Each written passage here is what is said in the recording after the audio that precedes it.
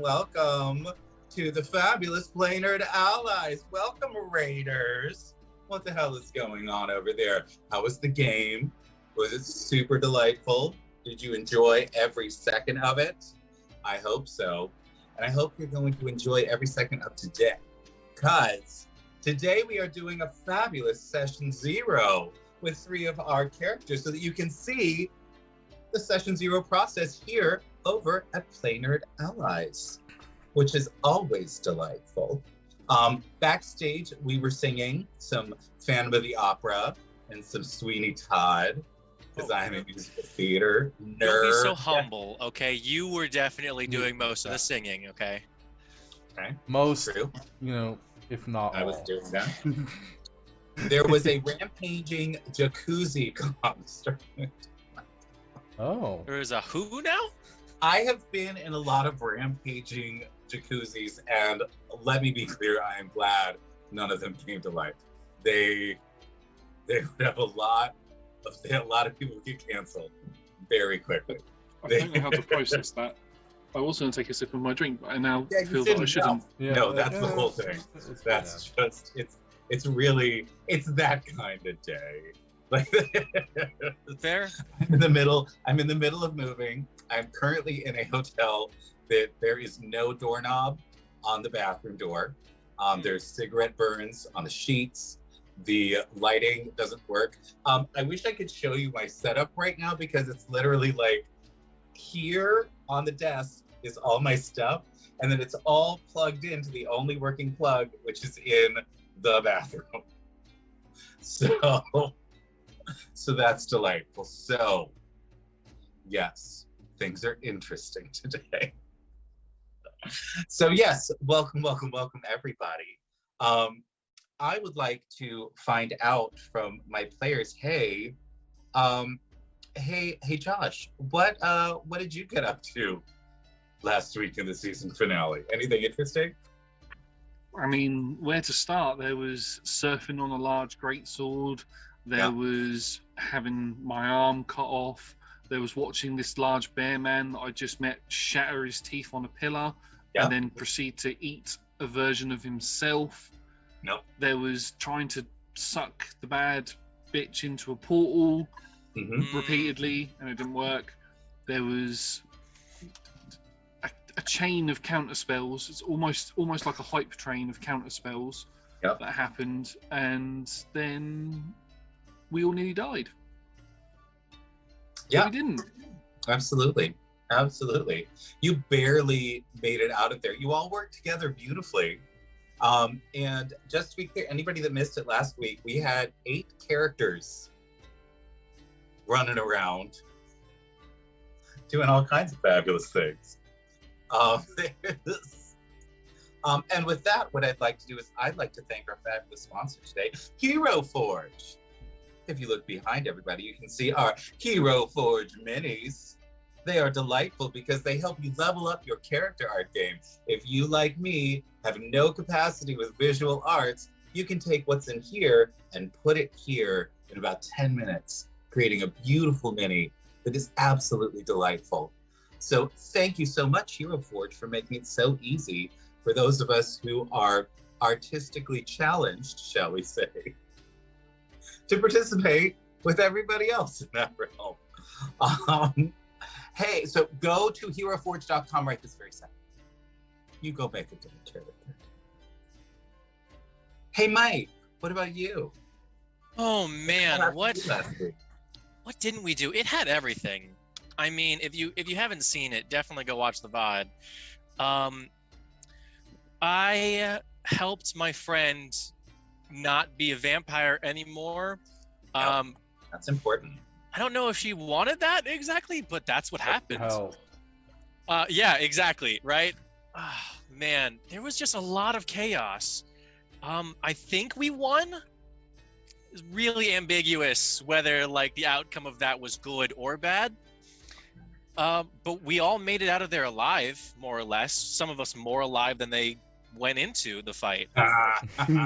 You know? So mean. I would call that a win. I mean, sure. Yeah, I mean, you all didn't die. True. So that's definitely a win. Any landing you can walk away from, right? Yeah, exactly. I mean, you were facing down giant shadow monsters, bunch of liches, portals to other dimensions, and a machine that tears your soul out. Yeah, and you walked away from it. You know, you have a way of stacking the odds against us like immensely. So I mean, that's know what you're talking about. My games are all puppy dogs and kitty cats. Right. And literally fuzzy little bunnies. That's right. That's right. Yes, I will sometimes give you bunnies whose fur breaks off in your hands and puts you to sleep. Sometimes. But they're still fuzzy little bunnies. Fuzzy little bunnies. Still counts. It absolutely does. Sometimes the dog catches on fire and is in fact a hellhound. It's still a cute little puppy. So I would really appreciate it if you just put this into perspective. Right. Right. My bad. Yeah, absolutely. With that, I'd like to talk about another one of our fabulous sponsors, Phoenix Dice. That's right. Phoenix Dice. You can win some today. If you hit !raffle, you will be entered to win some Phoenix Dice. Yeah, and that raffle was totally up the whole time. 100%. Was it? It was. It was. Are you a goddamn liar? That was happening here? No, of course not. There's unacceptable. Unacceptable. All right, now I'm going to hit raffle because now that I am actually moving to a new apartment, I will have space for things like dice. Things are good. So I might actually get some very pretty Phoenix dice. But okay, who can tell me what we love about Phoenix dice? Nobody. All their goods. I thought that was a rhetorical question, and you were going to answer right away. I hope we love. Hope you choke to death. I need you to know there is nothing in this mouth today but sass. It is sass mouth o'clock. You're living in a shitty hotel. Phantom in the chat can answer that question. Mm-hmm. How dare you all? Yes. We love Phoenix Dice because, thank you, Phantom, they're made from recycled materials because they love the world we live in just as much as all the worlds we play in. And if you win Phoenix Dice today, you can get any of the dice on their entire website. That's right, all of them. It's delightful. So enter right now and win you something amazing. And hey, Lando, what happened to you last week? Oh, I think the most happened to me because I was, a fourth of the characters that were there. One quarter of all the characters. So, what happened to Gorf? Gorf had a really interesting time during that fight. He took a little bit to realize that the same color glowing pillars and the same color glowing necklace were related. Yeah. It took him a little bit, but once he figured that out, he knocked over a pillar, which was great. Good He's contributing. And then he tried to knock over another pillar, and it didn't work. Yeah. So in frustration, he bit the pillar because that's what someone does when they're not thinking straight, or they're just thinking like Gorf. And he broke a bunch of his teeth. And then the blood. You should be better. You should be better, Gorf. Yeah. He needs he needs a grill now. Yeah, he does. He does. Like a blood golem, ripped out from inside him, and that was super fun. Yeah, it was great. Yeah. It was all the fun stuff. There's and with that, I'd like to let everybody in the chat know.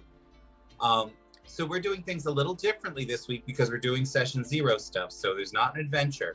So we have shifted because always we want to make sure that anything that you do that supports the stream also supports our fabulous players. So this week, we've got some new things. So we all know that magic has been suppressed in the world by the God of Wisdom. In his infinite wisdom has suppressed all magic in the world. But what that did was it turned magic into these little crystals. So whenever you throw down some bits, every 100 bits will in fact create a common crystal. And 3 common crystals equals an uncommon, and 3 uncommon equals a rare, and 3 rare equals a very rare.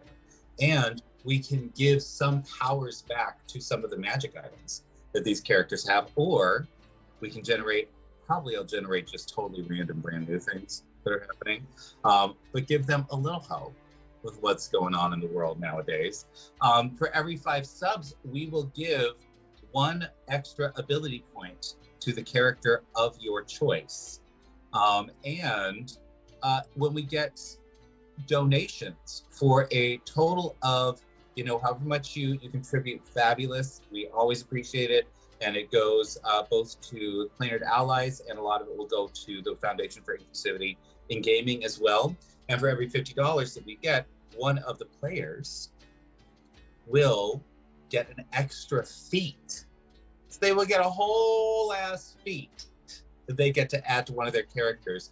And anything that happens during a hype train is actually going to be doubled. So if we get to a hype train, everything that happens at a hype train will be doubled, and that includes any donations, any bits, any subs. Thank you so much, Pixie. That is fabulous. So we've already got a common crystal.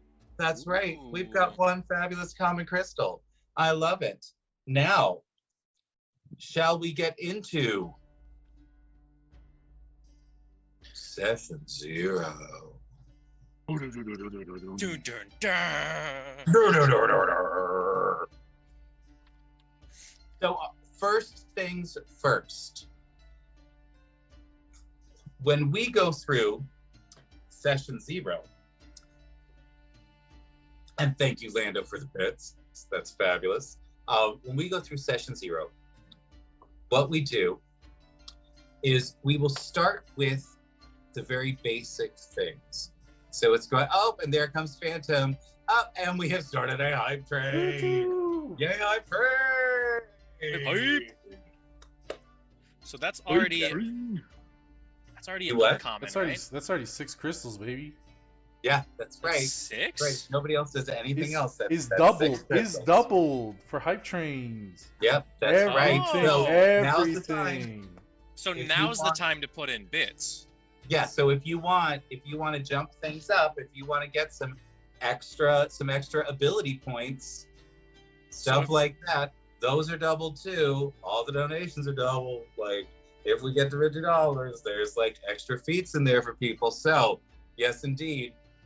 There is now.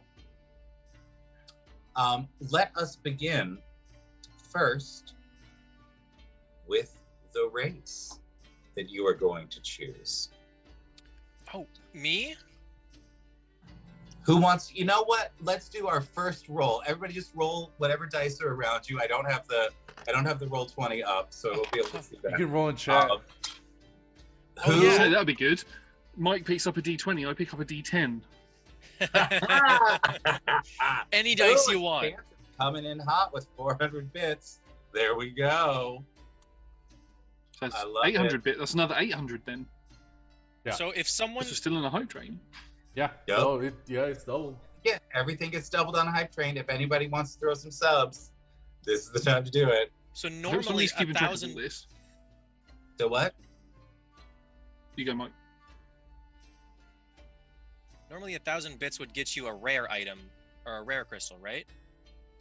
So it's 900. Yeah. So yep. Right now, if someone donated over 1,000 bits, you'd get 2 rare crystals. You'd get There's some math involved, but maybe. I hope so. Probably. Lando is. So yeah, I'm keeping track. Yeah. Yeah. Well, once we get to the end of the hype train, it will let me know.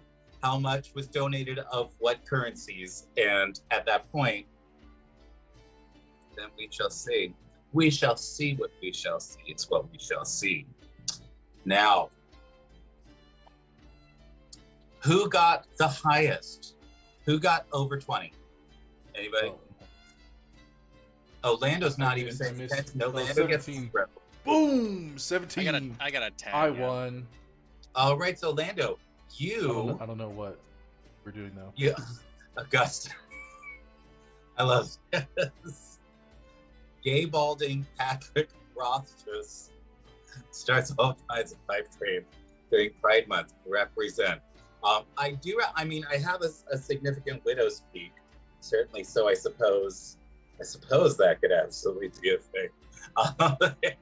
Thank you for the sub, Phantom. That's fabulous. Ariana Grande should be shook. This is a very tight pony. I used to teach ballet. I know how to tighten a goddamn ponytail. Like this. Why come in with the hammer? Unacceptable. This is not acceptable.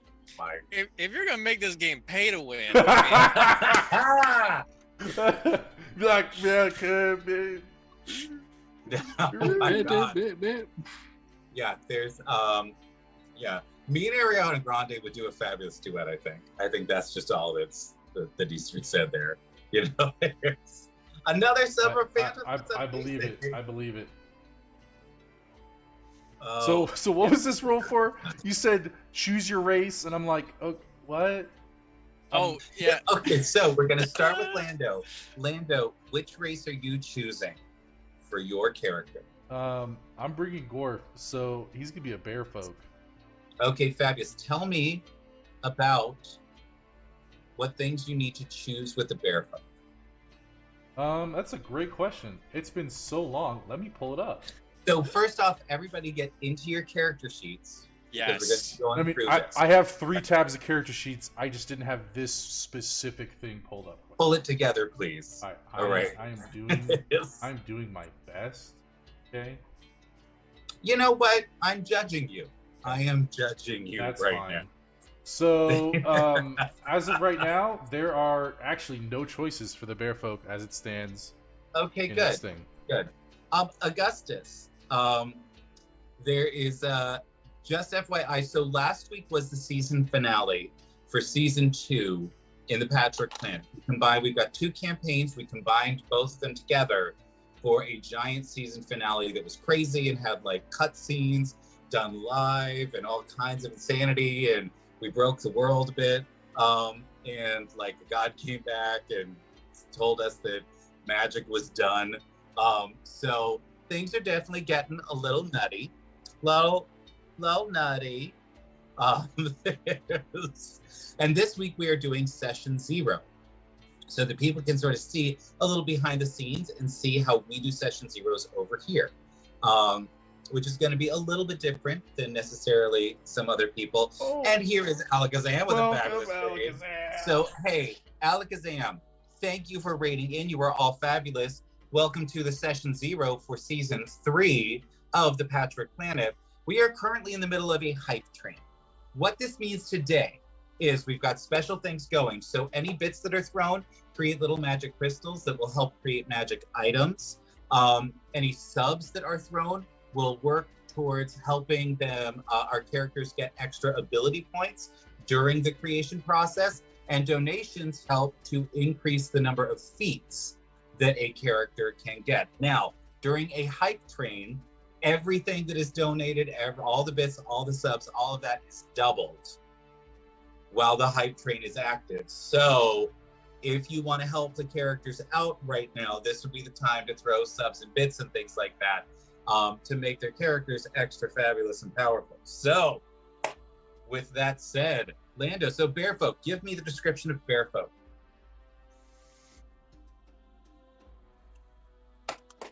Come on now. All right, race. Fearsome and strong, bearfolk are broad shoulders, bipedal humanoids. Although they strongly resemble upright bears, they have longer legs than any bear, and their massive hands are more like human hands than bear paws. Are you Do this whole thing. It's, sorry? Would you please give me the actual mechanic? I was wondering. I was like, I aspects. can read this. Mechanical aspects. We have you increase your strength score by 2 and your constitution score by 1.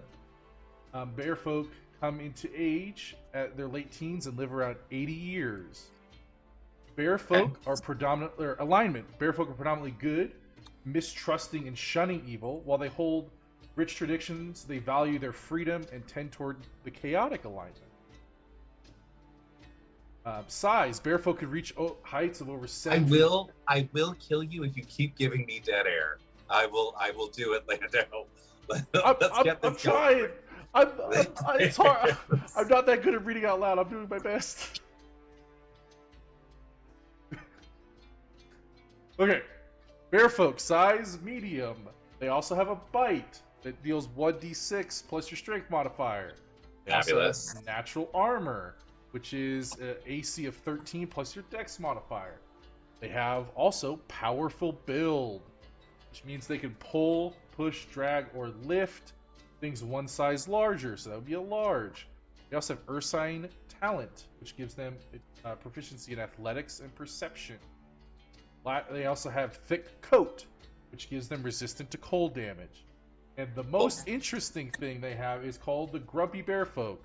When a bear folk takes a long rest, if the entire time is not used entirely for sleep, there are a number of consequences. If a bear folk does not get a full 8 hours of sleep, they have disadvantage on ability checks for intelligence, wisdom, and charisma abilities. In addition, the bear folk has advantage on strength and constitution saving throws and ability checks due to being grumpy. Fabulous. I love it. So we now know who Gorf is. Delightful.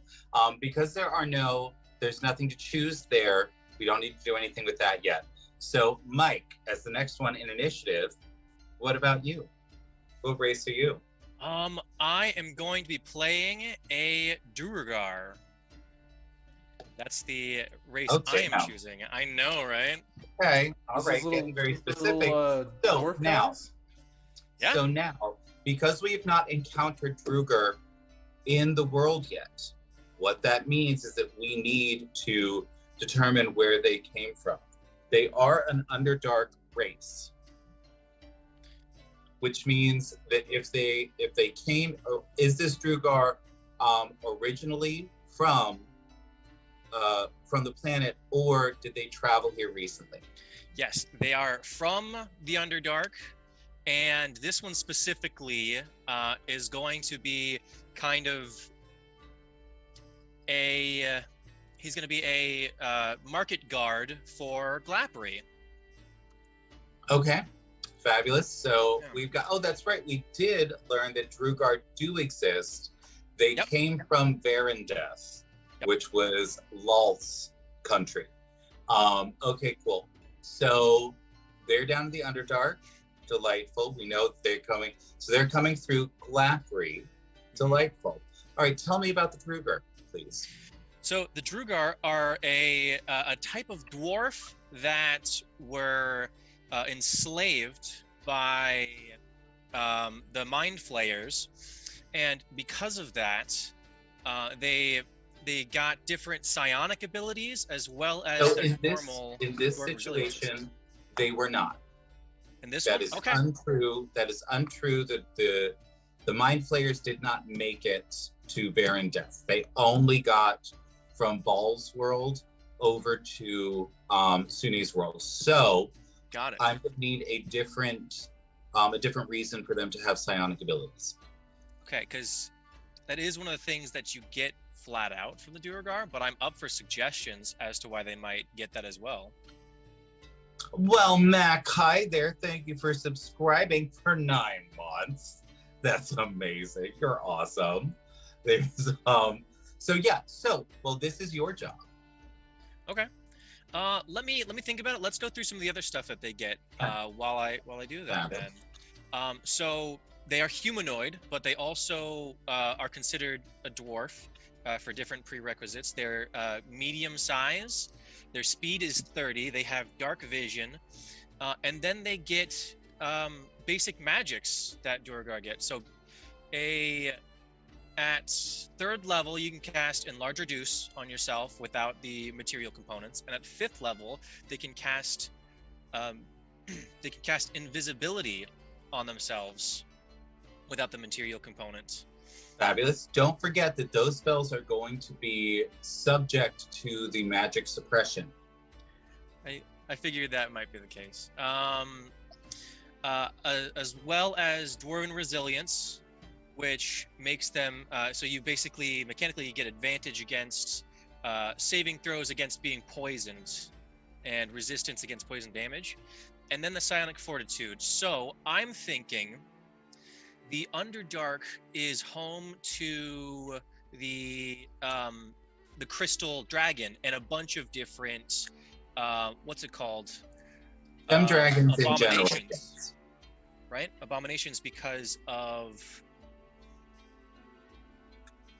So I like if we're gonna do anything like that, then what I would love is if we went with the gem dragons instead, because they're neutral and they tend to lead towards good.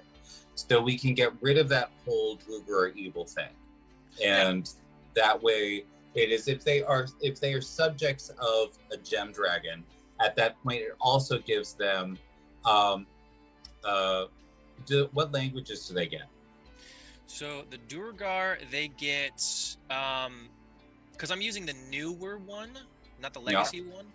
So I think it's just anyone you choose, but basically you would get Common and Dwarvish, and I think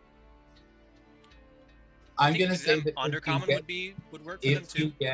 If you get an extra language from anything, you have to choose Draconic. Draconic? Okay. Yeah. All right, so fabulous. All right, so we've got Psychic Dwarf. How short are you? Racist. Medium. So, I think the height that I chose was like 5 or 4'5", 4'10", something like that. Curious. Because Dwarf is really big, and I think Zach is also really big. So it's a size thing for you, huh? So no, it'd be cool. You could like ride on our shoulders and like you got stuff. You got to be the biggest guy in the room. Is that what it is? Wow. Nope, not even a little. Okay. Wow. We'll see how it is. So hey, Josh, over to you. I, however, have to be the biggest guy in the room. But curveball, I have 2 races. Oh. Zach, if I decide to go with Zach, is going to be a Furbolg. Okay. If I choose to not go with Zach, I'm going to go with a Fire Ganassi. Okay, so we're going to make that decision today. Oh yeah, today. This decision will be made today. The thought process behind it is Zach isn't from the Patchwork Planet. And he was originally brought in, because I was going to do the season. But with me staying on, it would be nice to potentially a nice idea to have a character who is actually invested in the backstory. So that's where the Fire Ganassi comes in. Okay. So you just get steal from everybody? So let me explain to you. Let me explain to you Fire Ganassi in the Patchwork Planet. How much do you know about that? Not an awful lot. I know you did a little bit of an explanation beforehand in like the first session, but not much more after that. Fire Genasi come from Jarsai, which is the elemental city. It was an experiment where they put all 4 types of Genasi in the same city to see if they could all get along, and they could not. So it was, each one has very specific cultures and foibles. Fire Genasi are the rogues, essentially. And one of the things that they do is they have all of these they will keep all of these extra money pouches on their belts. And there's just a game that everyone plays with everyone else, regardless if you're in the store, on the street, in the royal court, any place you are, where they all try to steal money bags from each other. And whoever sort of like at the end of the evening, at the party, whoever has the most money bags is the sort of unofficial winner of that. And so they're constantly doing like sleight of hand checks and like trying to cut each other's purse strings and all that kind of stuff. So that's the culture that you would have grown up in. Gorf has run into some fire genasi and things weren't great because they tried to steal Gorf's money pouch and it had the entire party's money in it. And then Gorf, everybody thought that Gorf ate one of them, and in fact, Crow accidentally killed one of them as they were on their way to a diplomatic delegation at the palace. So Oops. that's fun. Nice. I like the sound of that because that fits with the class that I was going to choose for it as well. And guys, well, so we need to determine whether this is, so are you going to play Zach or are you going to play the Fire Gnus? I was going to see how the session 0 actually went, and Well, and then decide. We can't really do the session 0 if I don't know which character you're going to be playing. That's fine, it's because I could just make both of them at the back-to-back. same time, and then I have You a what? backup for if one of them dies. Oh my god. So which one are we going to be doing the session 0 for today? We'll do it with Zach because everybody knows Zach. All right, fabulous. So we've got, with Zach, so Zach is a furbolg. So give me the description of furbolg. So he is a humanoid. His creature type is humanoid. His size is medium. He's got a walking speed of 30 feet. And he also has something called Furbolg Magic, which means I can cast Detect Magic and Disguise Self using that trait. When you use this version of Disguise Self, I can make myself either 3 feet taller or 3 feet shorter. It's up to me. Once I cast the spells with the trait, I can't do it again until I finish a long rest, but I can also use spell slots to cast those spells if I want to.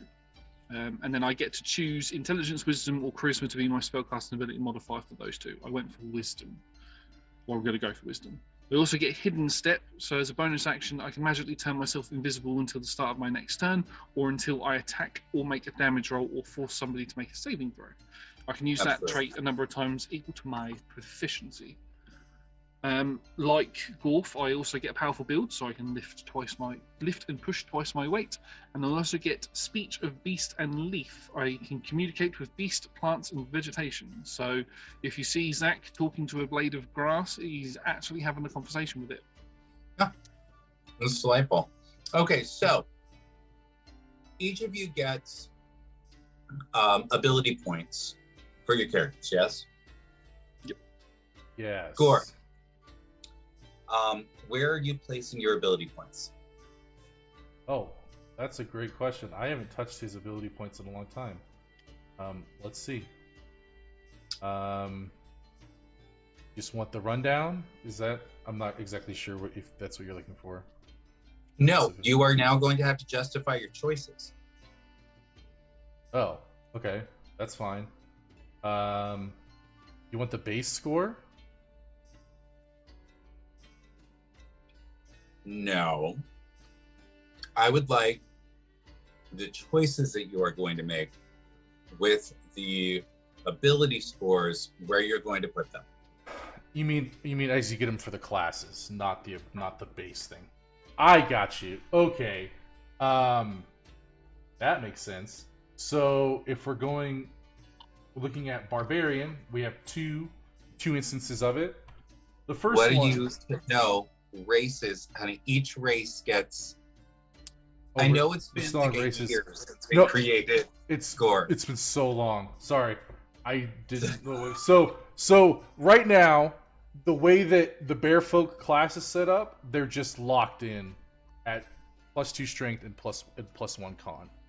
Okay, so what did Gorf do to earn that extra muscle in his life? What training did he go through, or what trials? Gorf has been a melee combatant his entire life. He's fought in wars, entirely melee. He had 0 access to magic, fought with brawn, and fought with toughness against all kinds of foes. If we're talking about backstory before the campaign, that's it. If we want to talk about what's happened in the campaign that justifies his amount of strength, we could do that too. I don't. Well, this is all stuff that happened before the campaign. Okay. So there is when we get to feats and things like that we're justifying, then that'll have more to do. Sure. You started the campaign at level 1. Sure. So Gorf's training in life as a mercenary is what gave him all those muscles. Yeah. Fabulous. What was the other one? Constitution? Constitution. All right. What makes him so resilient? Well, he's actually a bear. So, he has an enormously thick hide. Sure. His ability to take damage and blows surpasses that of most of the creatures other than maybe a turtle. The fact that he's also was trained as a barbarian, or I guess he's not really trained as a barbarian, but he is a barbarian and is able to shrug off injuries that others could either succumb to or would take them out of the fight. Mhm. He's able to move past them through just sheer physical might, but also physical will. Physical will isn't really a thing.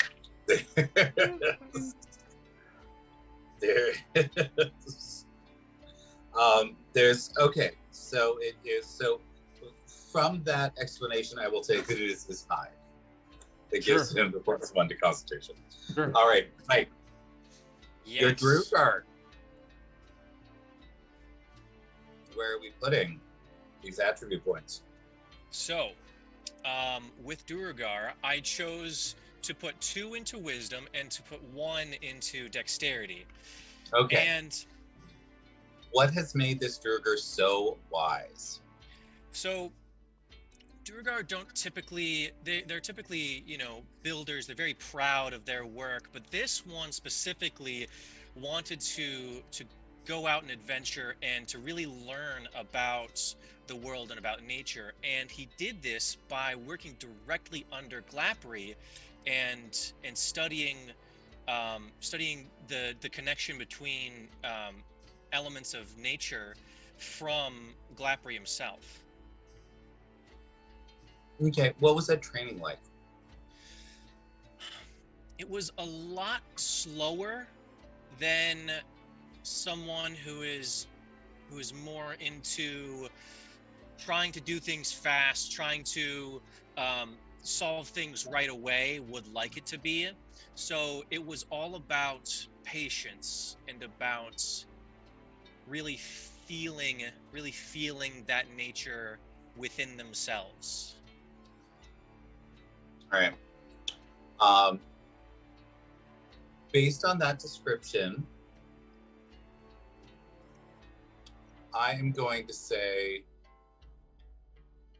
that you will get advantage on saves specifically created to change your emotional state. So things like calm emotions, stuff like that, but not anything having to do with like charm or domination.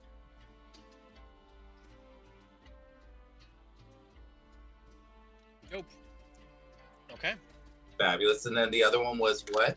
The other one is going to be dexterity. Now, this one came from more of his day job.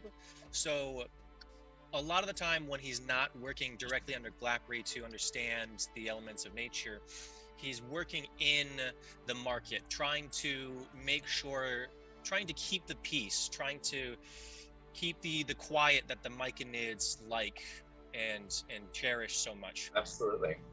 So that came into the form of having to chase down thieves, but also it came in the form of trying to solve things in a more non-lethal way.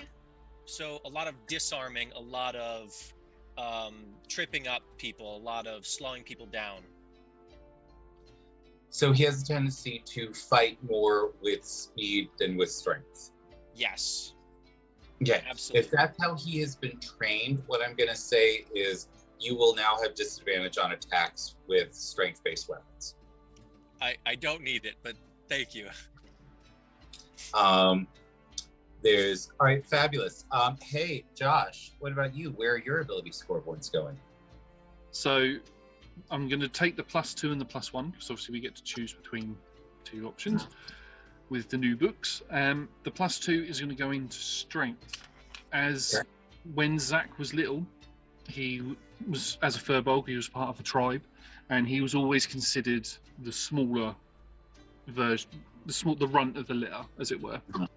And when he was eventually taken away to join a gladiatorial arena, he was always teased that he was basically going to die.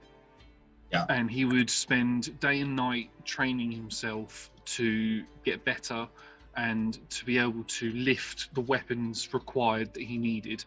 And in his first fight, where he was allowed to choose a weapon, his opponent would chastise at him and laugh at him and say, "Pick up that tiny dagger, you puny creature, you can't do anything else." So he picked up a great sword and he swung it around and killed the other gladiator quite easily, and took a bit of a beating for it afterwards by his doctore for killing what was now the former champion in a few blows. Sure. So that's the reason why. So it's gladiatorial combat. He's constantly training his strength because he wants to be the strongest. He wants to be able to protect the people that he loves. And where's the 1 going? The 1 is going into Constitution. The reason why it's going into Constitution is because if Zach was to take his armor off, he has a lot of scars all over his body. This is from vigorous training within the arena, stabs, whiplashes, burns. There was a point where his doctore tried to literally kill him by just sending gladiator upon gladiator upon gladiator at him, and he withstood all of the pain, all of the damage for that, basically. Good times. Yes. All right, fabulous. So he's just used to. So his thing is he's just used to taking damage. He can take a punch. Hence why when he lost his arm, he carried on fighting. Yeah, absolutely.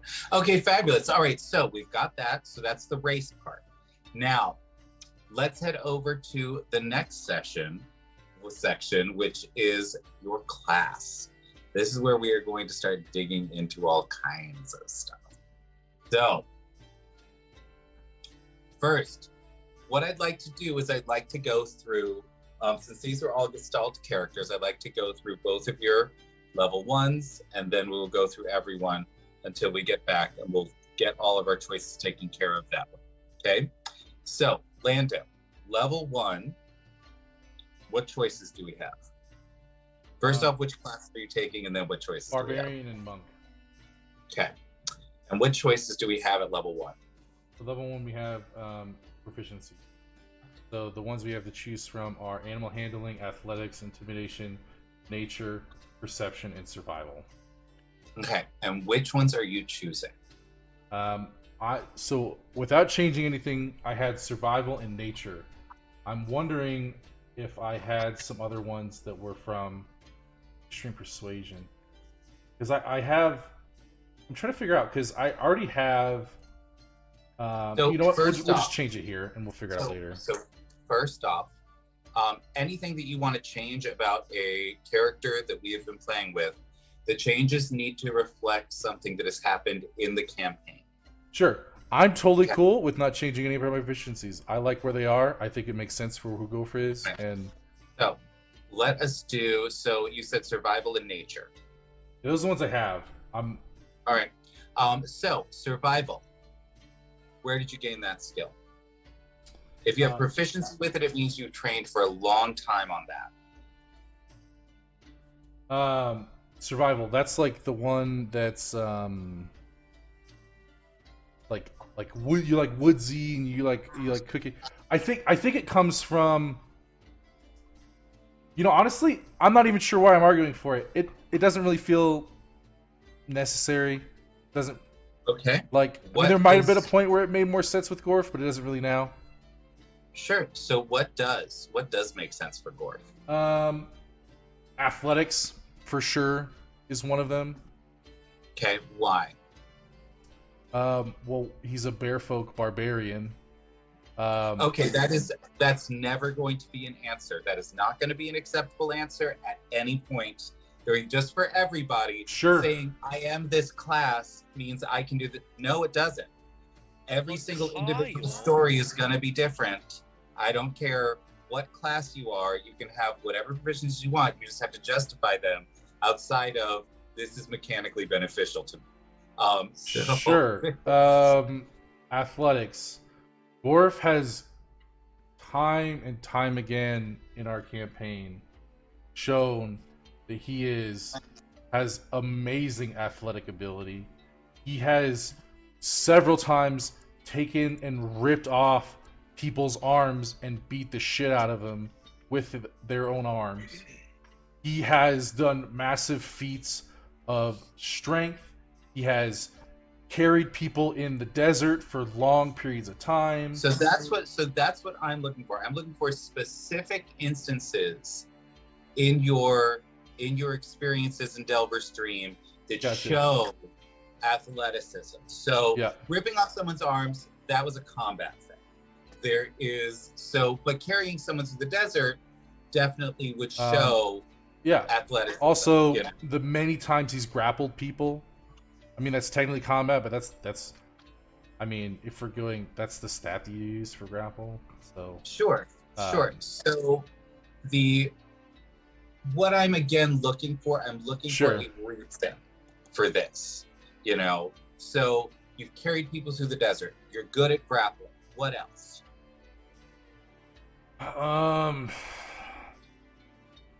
Honestly, I'm struggling to think of really specific examples. Chat, you want to help me out? You remember a time where he's very much themed to be athletic. It makes sense. I'm just struggling to come up with a really specific example.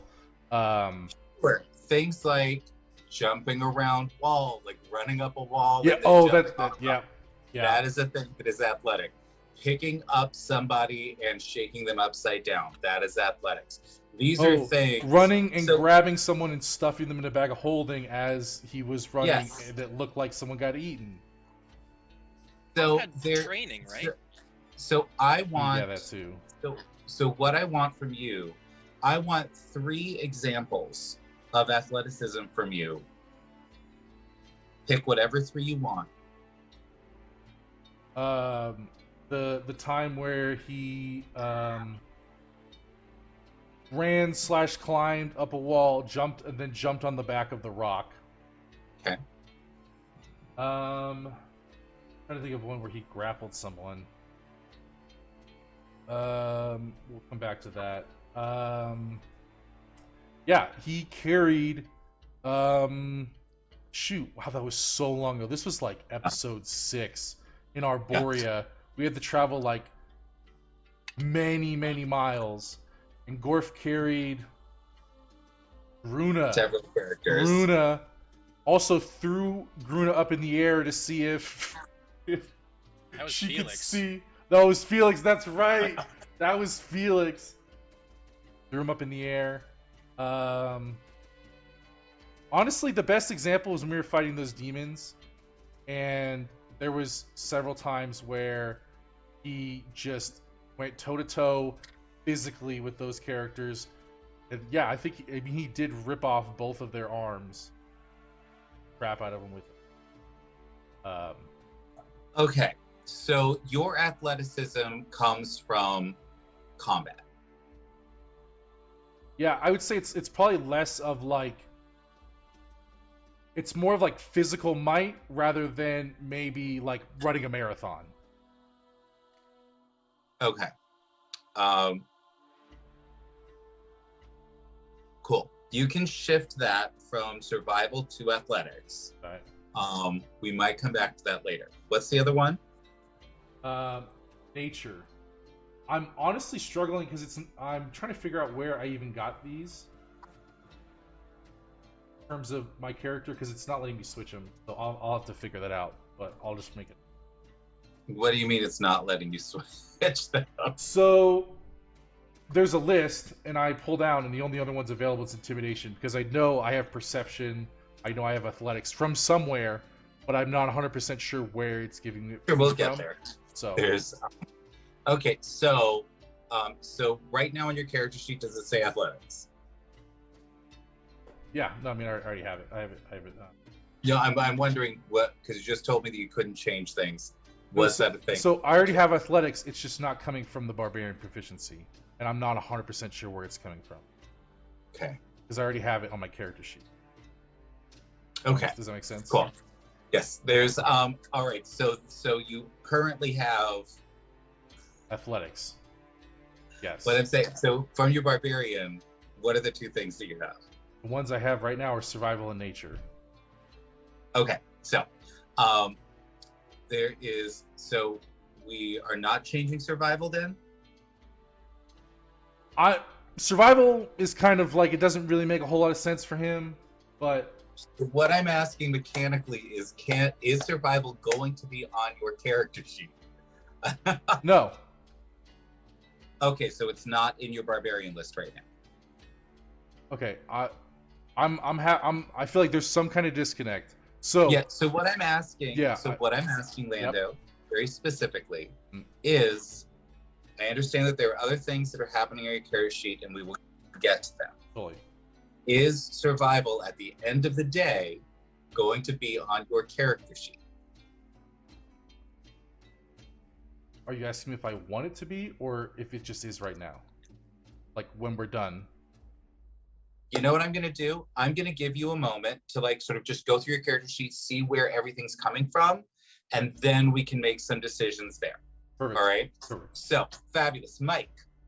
Yes. What about you?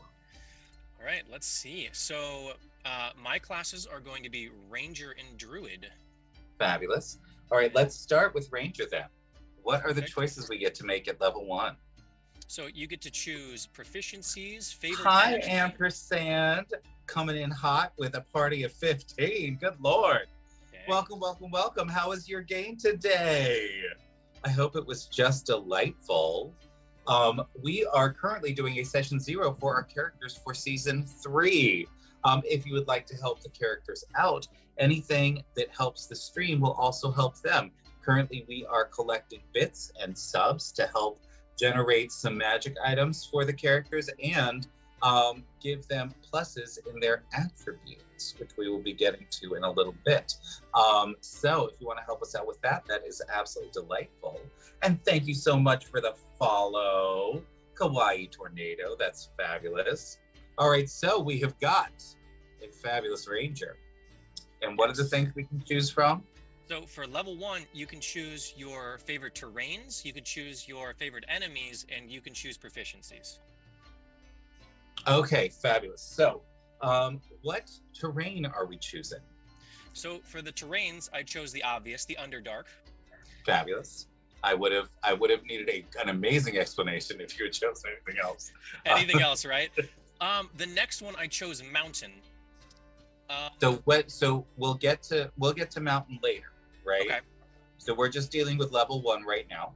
Yes. So we chose Underdark. What is the other choice that we can make? We can choose favorite enemy and proficiencies. Fabulous. What favorite enemy are you choosing? Sorry, I cut out for a second. Ask that one more time. What favorite enemy are we checking? So I'm choosing aberrations. Okay, give me an explanation for that. Kind of well known in the Underdark right now is that a lot of aberrations are coming down from the Florid. So something that my character does on occasion. Okay, we're gonna hold on just a sec, Okay. because the Florid is a very popular character.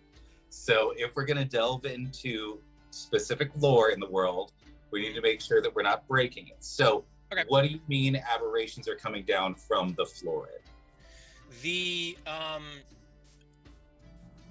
different, what's it called? The different beholders, right? Okay, so we are saying that the florid has been accidentally creating beholders? Yeah.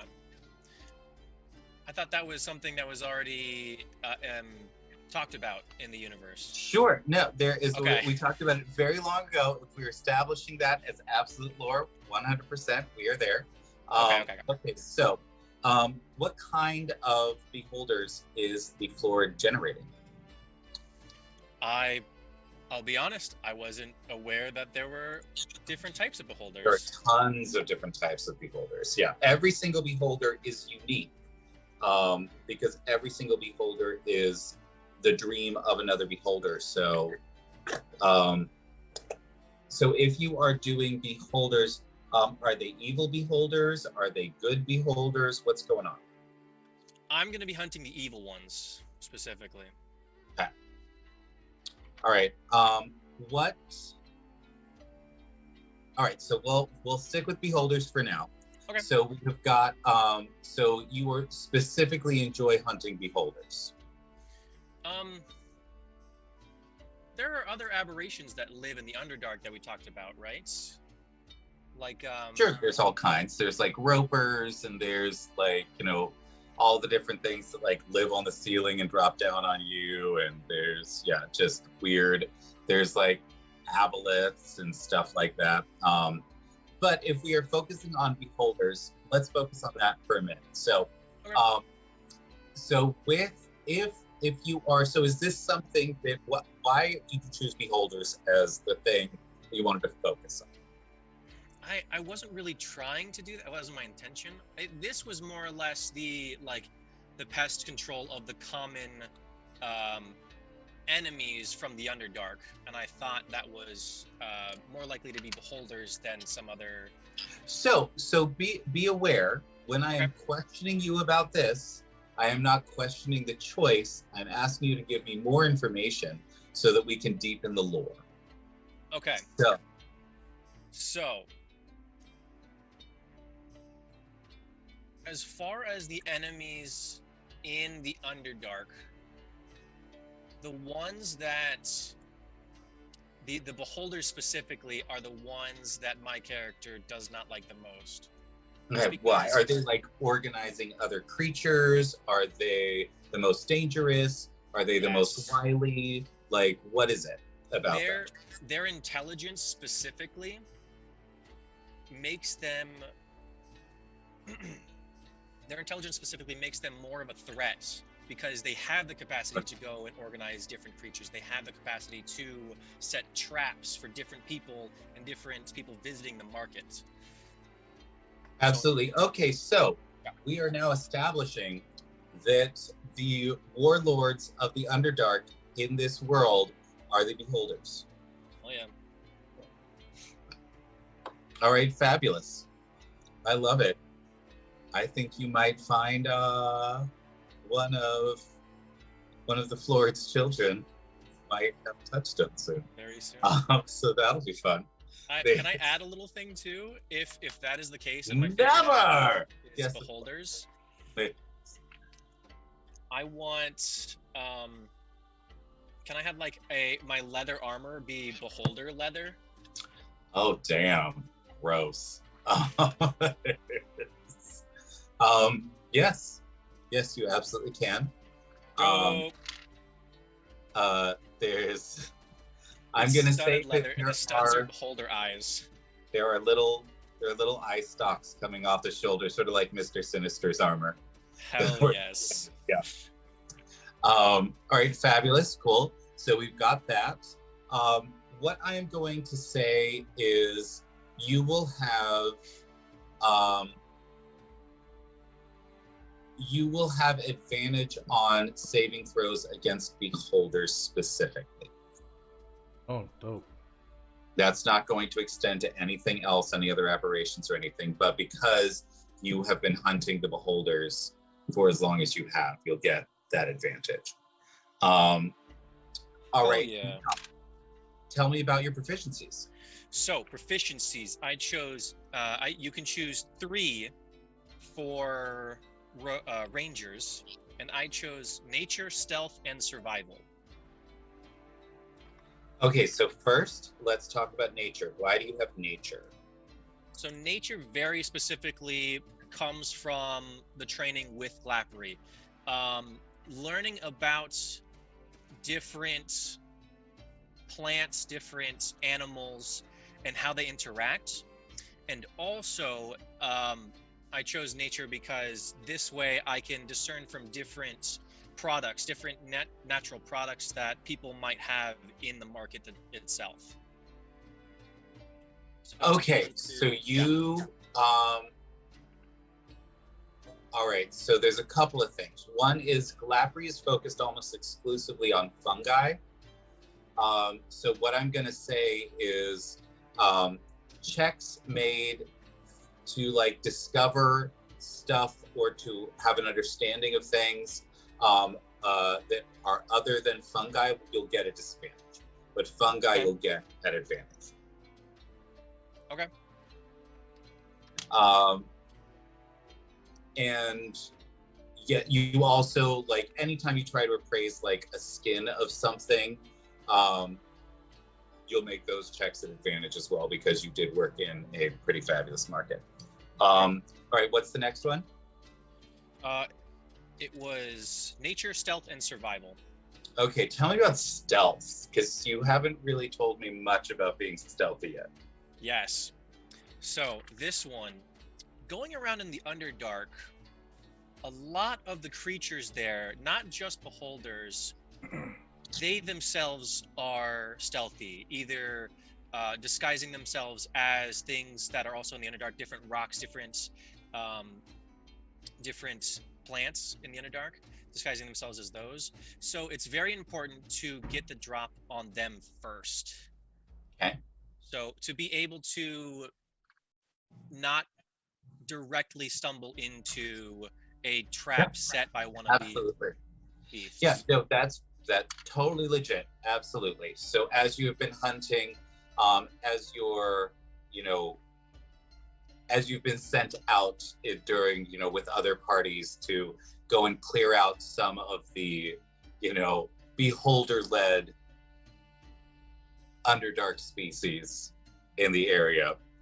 I would like you to let me know, and please put this in your notes because I will ask you later when I have my computer going full bore again.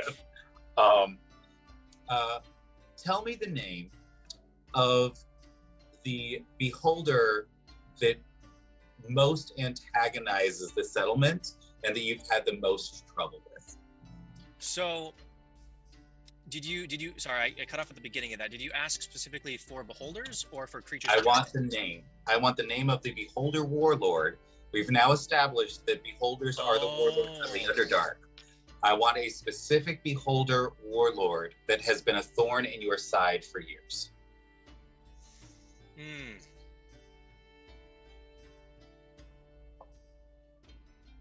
You give me dead air.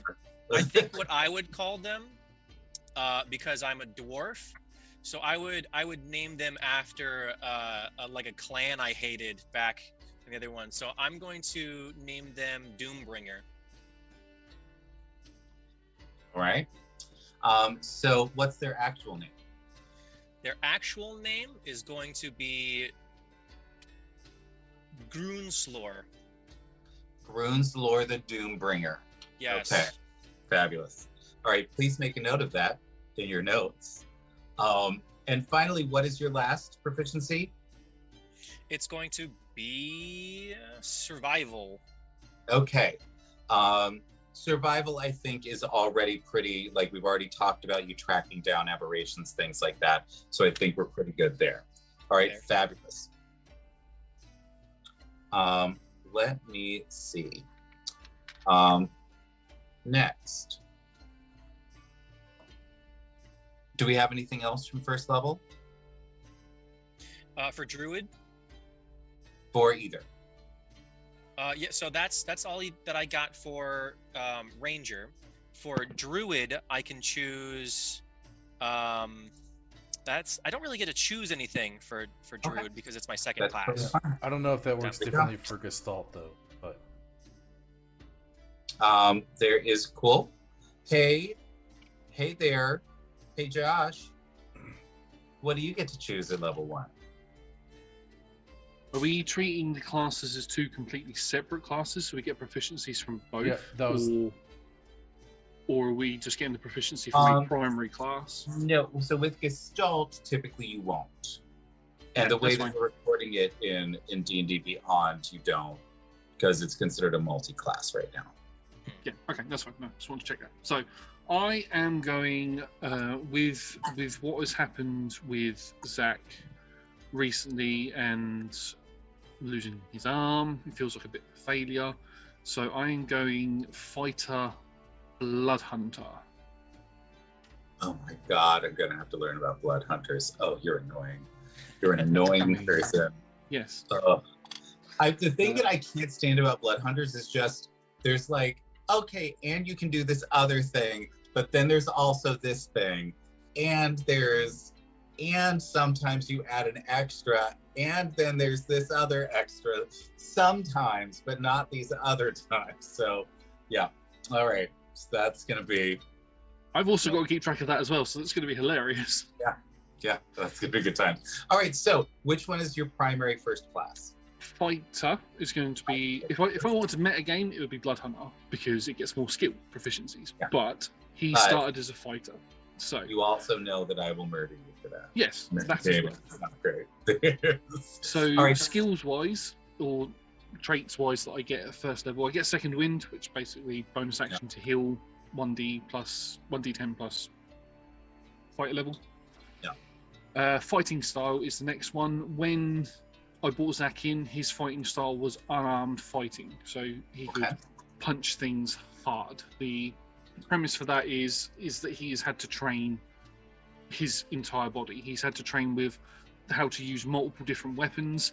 That includes his fists. When he says to somebody, when he's got no weapons, he puts his weapons away and he puts his hands up and goes, "I'm unarmed. I have no weapons in my hands."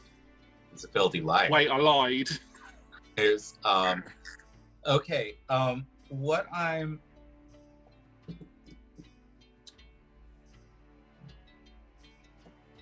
all right.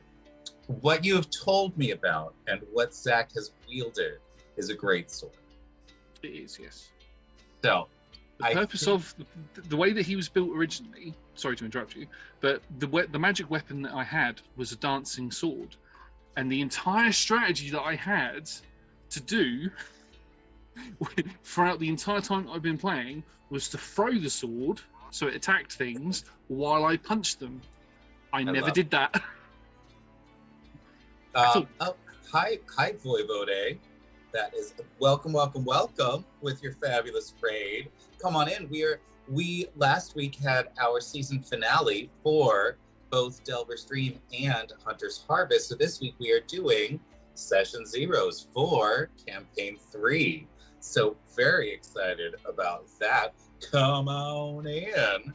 All right, so in this situation, all right, so I can see that you've done the dancing sword a bunch. You've also used the great sword a whole bunch. So I will allow you to maintain your unarmed combat, but if you do not start utilizing it the way that it's supposed to be utilized, I will make you change that. That's fine. All right, what else do we get to choose? I also get, and this last thing that I get is 2 proficiencies.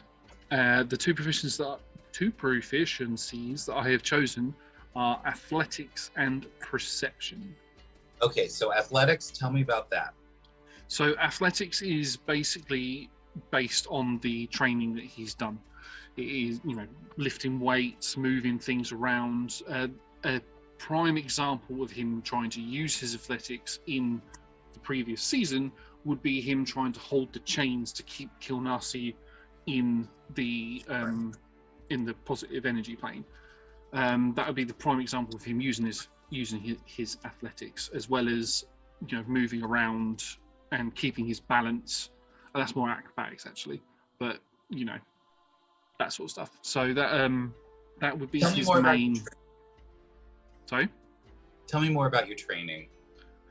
What, within the gladiatorial arena? Yeah. So a lot of his training was based on basically keeping himself alive. Survival is a skill that I have later on down the list, just so you know. Just not in the class bit in a minute. But a lot of it was based on him having the ability to be able to lift the heavier weapons, because he was quite scrawny and weak to start off with, and he's been doing a lot of lifting and basically a ton of training to try and get to the point where he could actually wield the weapons that he actually wanted to wield, instead of picking up a sword and a shield. Don't get me wrong, he can use a sword and a shield, or an axe and a shield, or whatever. He's proficient with all weapons, so he don't think that he's not going to kick your ass if you give him a weapon that you've not seen him use. But in terms of his athletics, it is a case of, tests of strength. So he would, there'd be a boulder that they would push off of the cliff, and he would have to try and hold it, and it would drag him across the floor. He'd be tied to it, and he'd eventually fall off the other end and fall into the below, that sort of stuff. I think what I'm going to give you is, and I think I'm going to give Gorf the opposite, because Gorf has shown a lot of athletics checks that have to do with endurance. And what you're talking to me about is things that are happening in short bursts most of the time. So athletics checks that have to do with like an immediate strength thing, I'll give you advantage on, but you'll have disadvantage on endurance runs. All right, cool. What is the next? The next one is perception. Now, the reason why I've chosen perception is when he's gone into an arena to fight, it's more of a case of, and again, insight could be another option. Again, that is something that's been chosen down the line. But for perception, it is getting a quick look at the battlefield to see how many enemies they are and where they are positioned, so that I can move into position to counter strike or defend myself or go on the offensive, and to see if there are enemies hidden behind any pillars, like any archers or anything that are there that are going to try and sneak attack me, or anything like that. That would be where perception is based. What I'm going to give you there, because that totally makes sense. You will have disadvantage to find secret doors, because that's not what you're trained in your perception, specifically tactical combat perception.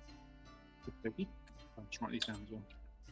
All right, cool. Anything else you get to choose at level 1? Blood hunter wise, I mean, there's a bit. Ah! Hang on, sorry, I had it at level 3.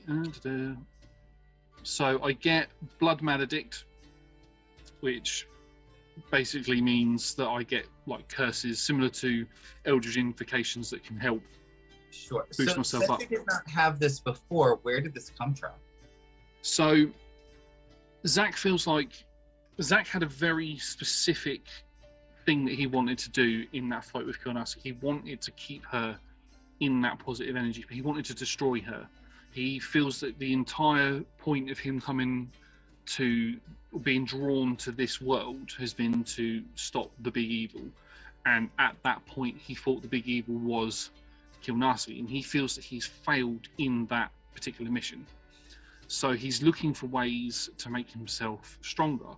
He's seen that there is this big, powerful guy who's pretty much his identical twin, effectively, in Gorf, and he wants to show that he is as good as Gorf without, he doesn't want to fall behind. He wants to make sure that he's prominent, which is why he's going to stick with this group and not leave with Daraxus and Reginald, because he would go with his friends, but he wants to prove himself to Gorf. So what does the actual Blood Maledict do? So the actual Blood Maledict, let me read it out, is a bit chunky. So at first level, you gain the ability to channel or sometimes sacrifice a part of your vital essence to curse and manipulate creatures through hemocraft magic. You know one blood curse of your... Sorry? The blood. Okay, yeah. So Yeah, basically a blood curse, yeah. And I get to choose one of those at level 1, which I haven't chosen one yet. okay, so you have learned how to manipulate somebody else's blood. Yeah.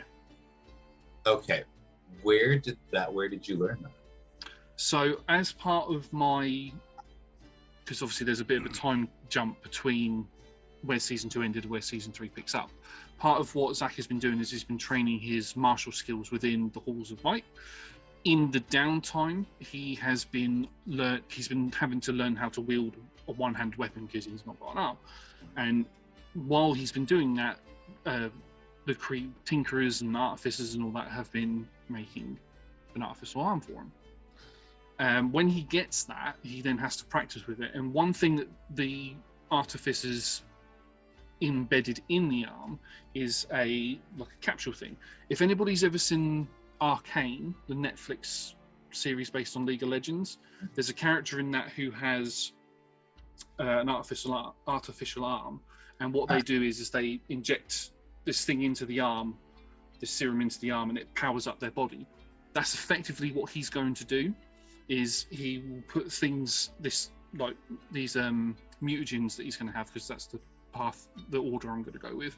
He's going to put these mutagens into his arm that's going to boost his physical stats and physical abilities up, and as part of that he's learned to track in on his enemies, like effectively smell their blood, almost like in a sort of vampiric way, through sparring with Lilith. He's picked up a few of her traits. Yep. She's taught him a few of his skills. He's not quite vampire, but because he's not been bitten or anything, but he's just learnt skills from her, which he's then developed into what he now is. Can I add something to that? Yeah. I would say that Diraxis, while during this month before he leaves to go join another party, has talked to you about your desire for these mutagens, and has spent a good amount of time figuring out developing these alchemical agents so that you could use them to do various things and it affect your body. Awesome. Yeah. What I'm gonna say is, I want to go either the direction of vampire or mutagen. I think this, because we can pull Diraxis in the mutagen way, is gonna be that. So tell me the mechanics with the with this ability. With mutagens. With your blood hunter ability, the blood maledict. Oh, so with Blood Maledict. So each time you use the Blood Maledict feature, you choose which curse to invoke from the curses you know. So it's going to depend on which curse I choose, which there are 5 different choices. Let me just have a look. You are going to start out only knowing one. You've only had a month to learn. So I only start out with one anyway at level 1, but I'm guessing you mean as I get more levels, yes. I only start with one. Yeah, that's fine. Yeah, even with the other extra levels, you're going to start with one. You're going to have to find new curses, new ways to do things, but they're all going to be based on the mutagens that you have. So, yeah. So what does this actually do? So you get to give somebody a curse. Yep, and I get to choose one of 5 curses, but I only get the one choice to start off with. Which one are you going to start with? Literally the first one I just clicked on, because it seems to fit with the whole perception thing. So it's called Blood Curse of the Eyeless. When a creature you can see within 30 feet of you makes an attack, you can use your reaction to roll on the Hemocraft die and subtract the number rolled from the creature's attack roll. You can choose to use this feature after the creature's roll, but before the DM determines whether the attack hit or misses. The creature is immune to this curse if it is immune to the blinded condition. So it's going to act like, he's been injecting himself with these mutagens, and it's given him a sort of heightened sense to being attacked. Your first mutagen. Diraxis has distilled a little elixir directly from the Florid. Because they can channel positive energy directly from the positive energy plane, that is, we can discuss how Diraxis does that tomorrow. But because of that, when you inject it, you can. How often can you use this curse? This curse I can use a number of times equal to my. Bear with me, uno momento. I can only use it once by the look of it. Okay. At first level, depending on. I can use it twice once I get to 6th level. Cool. So what this is you'll inject it, and then you will have the ability to essentially spray a glowing goo onto your enemy, blinding them and reducing their ability to hit you. That's what that's going to look like. Injecting yourself with beholder essence? I know someone that's not going to like that. Yeah, that's going to be super fun. All right, anything else? It's distilled. It's healthy. That's right. Non-GMO. Right? Diraxis did a really good job of making it safe. He did. Josh, anything else at first level? I get to choose a Hunter's Bane thing, which is basically just what DC my Hemocraft magic uses. It's going to be Wisdom. So, and basically Hunter's Bane gives me. It basically allows me to track certain types of enemies. So I have advantage on Wisdom survival checks to track Fae Fiends or Undead. For the purposes of everything that we've been through, I'm going to hone that in on Undead. And sort of leave the Fae and Fiends thing. You can learn that later if we bump into those. So, so what I'm going to say is that right now it's Undead based, and anything that you utilize that comes from the positive energy plane, so like this mutagen, will be twice as effective against undead because it is antithetical to them. All right, nice. Cool, set. I believe that is it. So I wrote it all out. I figured it out. So the reason specifically I have so little choices on the barbarian is because my race gives me athletics and perception, which is 2 of these. Okay. Yeah, so that's why it was so narrow. I was like, ugh. So we know what's going on with athletics. So what choices are you making for first level? So the only one actually I want the ones I have options for are animal handling, nature, survival, and intimidation. And to be perfectly honest, there's 2. The only one that really makes sense to Gorf is potentially intimidation. Absolutely. You are we don't even need to talk about you are part of the Poison Brigade. Yeah. You have absolutely got a reputation for being murderous animals. I think though that the caveat is that Gorf could really only be intimidating to someone that he finds that he believes that they're like a bad or evil person. I don't think he could do it to someone that he feels is like good. Well, would feel bad.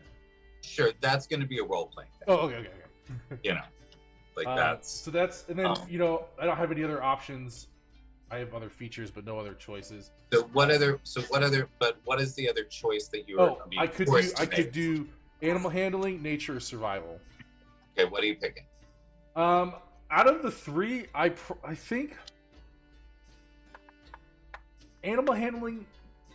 There's examples I could think of where that was actually happening, specifically with Peter the horse, and an attempt with the Rock. I think Gorf is the fact that you failed at both of them. No, Peter liked Gorf. I protest. I protest. He liked Gorf. That's blatant. Okay, false. So you're good with horses. Hearsay. Although you cannot get on any of the horses because you weigh more than they do. Yeah, they have to be a really special kind of massive horse. I think to be perfectly honest, I think the animal handling comes in where Gorf has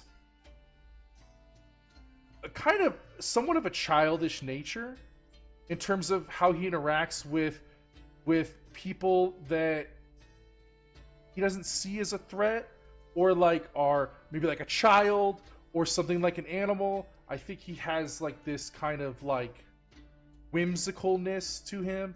Like, for example, when he was playing with the two animals, the two things, and like, I can't remember the context exactly. I think it was in the other thing that I'm thinking is, doesn't Gorf still have like the bronze, like the dog statue that he's literally never pulled out?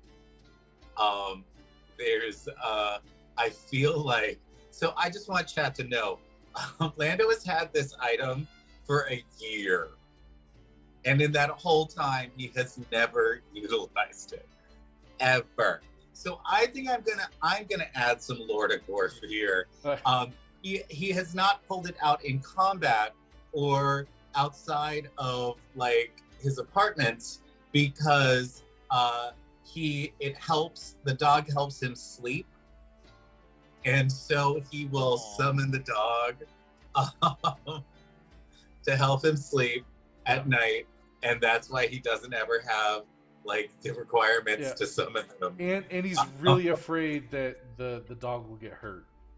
I don't want him to get hurt in combat. Like I will say that you can absolutely utilize that as your basis for animal handling. That you are taking care of this dog. So what I'll give you there is, you will have advantage on checks with animals that can be domesticated or historically have been domesticated. But wild animals you will have a disadvantage on because you're also an awakened animal, and so do not looking at they're like like a bunny rabbit or I guess bunny technically would be domesticated, but like something that would be afraid of him in nature that isn't already domesticated. Yeah, that makes sense. Okay, cool. What other choices do you get to make first off? If we're looking at monk, because it's technically rolling as a multi-class and not a gestalt, there isn't any. Okay, fabulous. So we've gotten through level 1. Level 1 is normally the longest level. We will be able to skip a lot of levels as we move forward. But we're at about an hour and a half, so I want to take a little break here. We can do a little bio break. Hey, everybody in chat, thank you for sticking around with us. Definitely check out our sponsors, Hero Forge, Realm Warp, Souls Rolls, Idle Champions of the Forgotten Realms, D&D Beyond, and hit !raffle to join the fabulous raffle for some delightful Phoenix dice. And go take a bio break, get a glass of water, get up and stretch, do all the good stuff. And we will see you in like 5 minutes. All right? See you in a bit. Bye.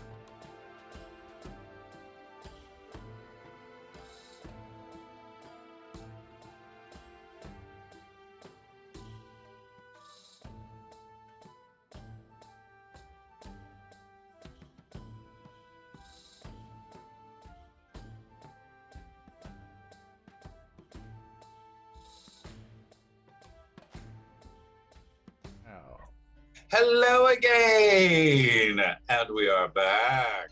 And now we are going to start moving through the levels. We've gotten our basic characters, we've gotten races, all that kind of stuff. We are good to go there. Now, it is time to see level 2. So, hey, Mike. Yes. Do you have any choices for your characters at level 2? Yes, I do. I have my fighting style for my ranger, and other stuff for. All right, let's start with your ranger. So, what fighting style are we choosing? I went with defense. I think specifically his fighting style isn't so much like I want to get in and defeat my enemy as soon as possible or anything. Because that's weird. In the market, if someone is doing something that's so bad that they need to be punished lethally, Glapri already has defenses set for that. So your strategy in most situations is capture instead of kill. Exactly. Okay. All right, I can get behind that. So that's gonna be interesting with two, big brute in murder. Well, it's a lot of, along with that comes a lot of disarm, tripping up, like I said before. So I'm really someone who works with the people. I like to keep a good name for myself, so that way, even the people that are doing crime, if whatever amount of crime there is in this market, they know that they can trust me to tell the truth if something does happen. So you like maneuvers? Yes, 100%. Okay. Maneuver guy. Yeah. There is. All right, let me think on that, what that's going to look like. But that's legit. All right, so what else can you choose at second level? Second level, so skipping over, there's nothing really else that you can choose for a ranger. So let's go to druid. So you get your druid circle at second level. And which circle are we going with? Circle of the spores. Absolutely. Honestly, I really do not need a whole lot of explanation on that. If you were going to choose something else, we would have to have a long discussion about that. Right? But absolutely. It's Glapri. For those who don't know, Glapri is a fabulous Myconid who's been alive for like 1,000 years and runs the Myconid market, which is down in the Underdark, and has essentially brokered peace between all the warring factions in the Underdark, and has kept that peace by being one of the most powerful druids on the planet. So Glapri is delightful, and we love Glapri. Let's get some G's in the chat. Yes. So I will add to Josh's comment earlier. It's not like I am against killing. It's just that has already been set up, because the spores, death isn't really an end for spores, because the way that fungi work is they're kind of a part of the cycle of death. Yeah, absolutely. But I also think that Glapri would not teach you to kill everyone. Glapri would much rather have people arrested and turned and brought to justice. It's very much just because of your job, and makes a ton of sense. If something happens to where I need to kill a creature, I can, but that's not my focus. Yeah. Okay, fabulous. Anything else at second level? That's it. That's all I can choose. Josh, what is coming up at second level for you? So for Zach, as a fighter, I get action surge. Cool. That's it. I should note, I've redone my character. I've done my character sheet properly. I've actually put the Blood Hunter bit in with actual Zach, because I was doing them separately before. And when I do it as a multi-class, I do get an additional proficiency at first level. I've chosen survival because he's had to fight to survive his entire life. That's the general gist for that. So that is not really what survival's about as a skill. Survival is about being out in the wilderness and being able to actually understand how to forage for food, set up a campsite, track creatures, hunt things, all that kind of stuff. What you're talking about is much more like in the athletics realm. Yeah. Surviving. So I would say then that would be, obviously, because he didn't come from the arena straight to traveling the multiverse. There was a period in between where he was adventuring around the world that he came from and other worlds. So he's had to learn to adapt and change how he hunts and how he forages for food on the different worlds that he's been to, because there are different foods, there are different creatures that you can and can't eat, there are different mushrooms that you can and can't eat, and he's had to learn that with each world that he's gone to. And he had to learn it on the Patchwork world when he first came here, before he met the group. He had to learn what creatures he could and couldn't eat,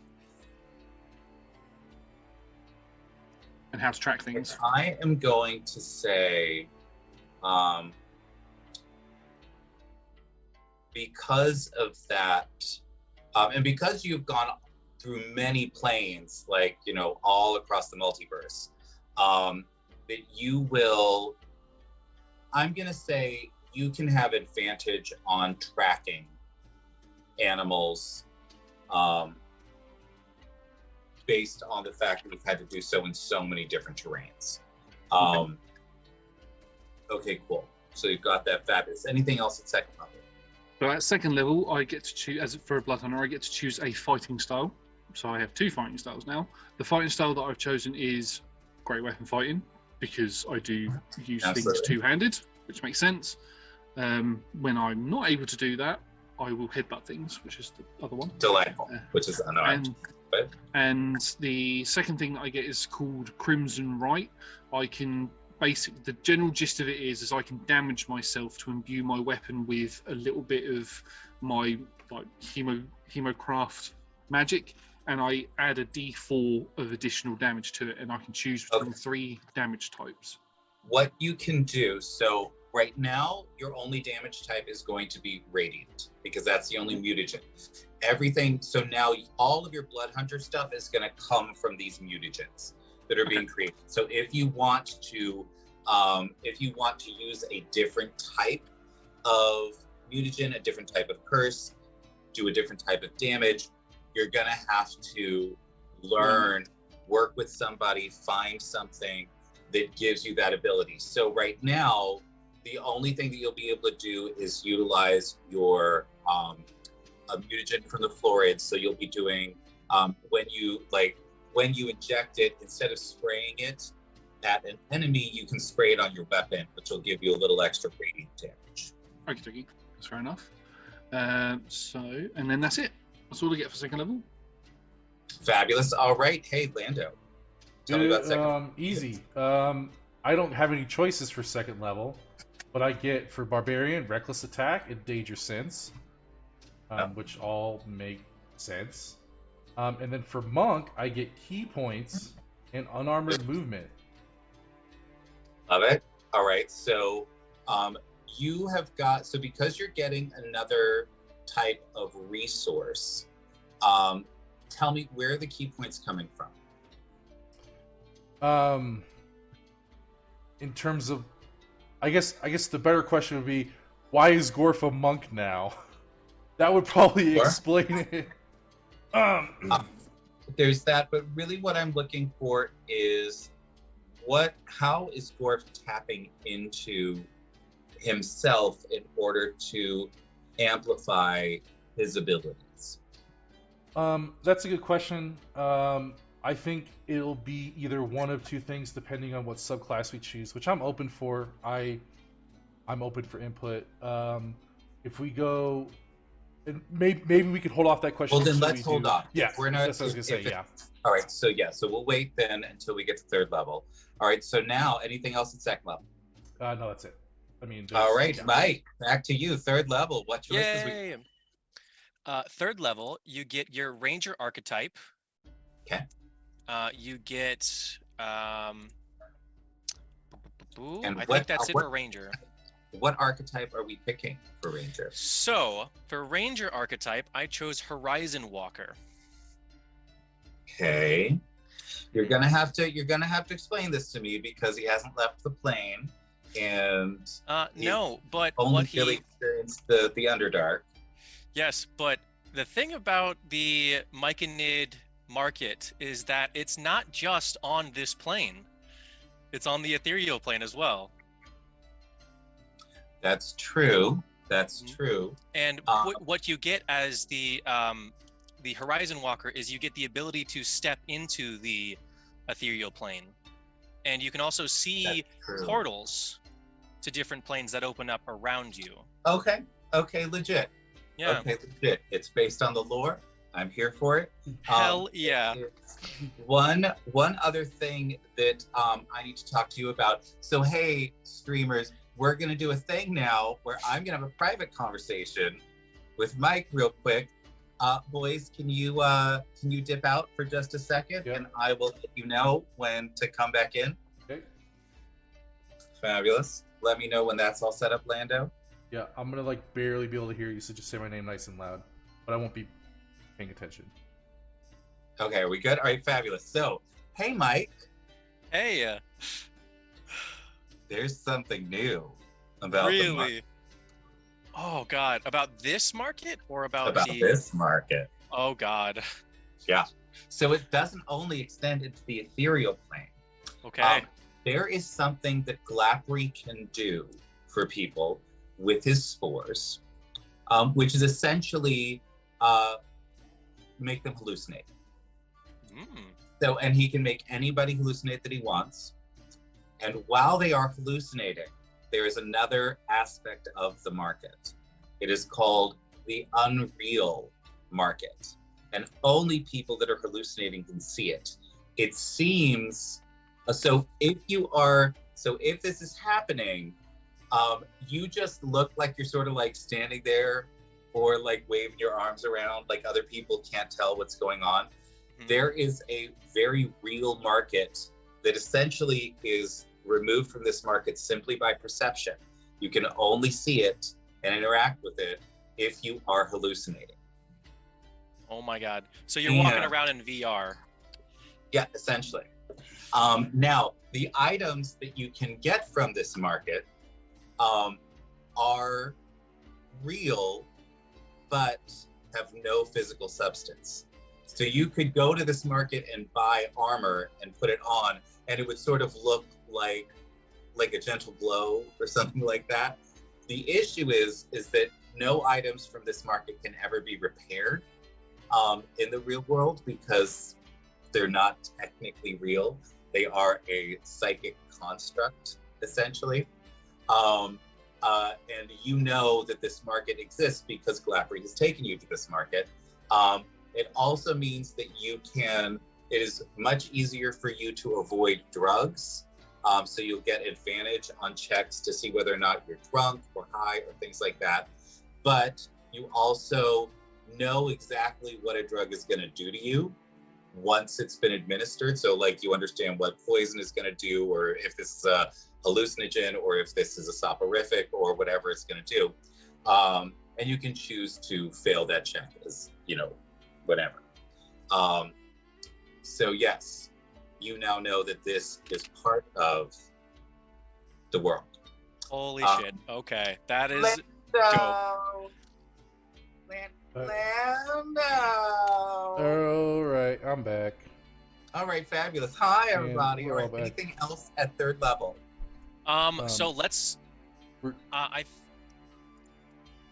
Yes, Lando. Yeah. Sorry, I'm just making sure that Josh, because he couldn't hear.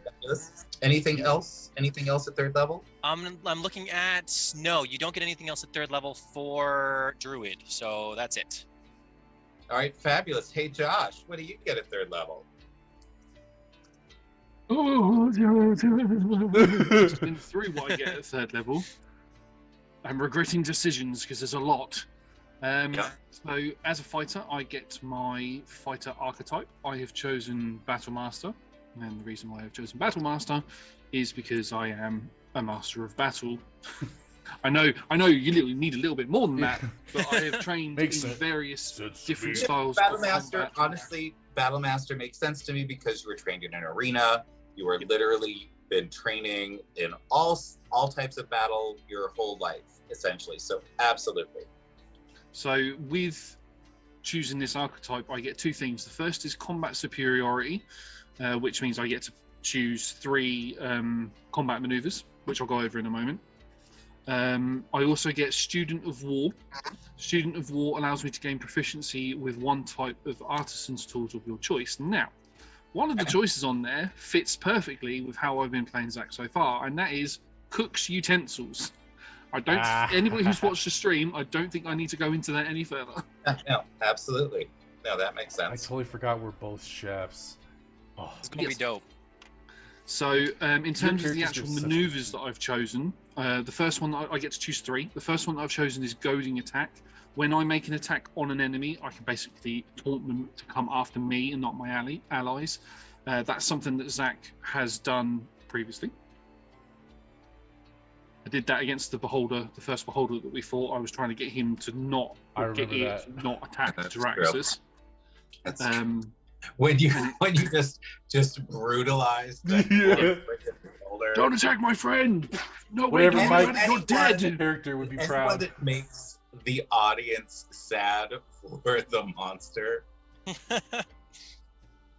So Okay, yeah, yes. that's down to his. That would be part of his, wanting to protect other people. Part of The next one from harm. The next one would be lunging attack, which basically gives me an additional 5 feet on my melee attack if I spend a superiority die. Again, a lot of the maneuvers that I've done when I've initiated combat is I have leapt into the combat itself instead of just walking up and going stab. I've actually Absolutely. myself in. And then the last one, which I thought was very interesting, is called tactical assessment. When you make an intelligence investigation, an intelligence history, or a wisdom insight check, you can expend 1 superiority die and add that die result to the ability check. It was not so much going to work with the investigation and the history. It's more for the insight, where I'm tracking my enemy's movements and seeing if they're going to faint and what they're going to do is my initial thoughts for that. So first, do not forget that investigation can absolutely be used in combat to figure out what's going on with your enemies, right? So that can be very useful for a battle master. What I will say is, if you actually spend, because normally in combat, if you want to investigate like an enemy, it'll take a round. What I'm going to say, because you are a battle master and because of other things, you can expend 2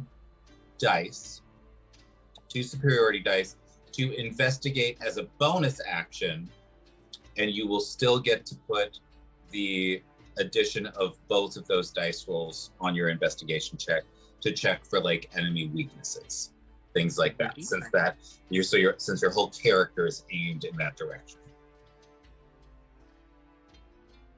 Investigation. All right. What else? What else? That is it that I get as a fighter. As a blood hunter, I get to choose my order, and for the order I have gone for Order of the Mutant, which gives me mutagen craft, which basically is I get to choose. I get to use the mutagen as a bonus action, and the mutagen takes on an effect. Not an effect, sorry. It takes on, basically I have to choose the DC for it again, and I've chosen Wisdom again.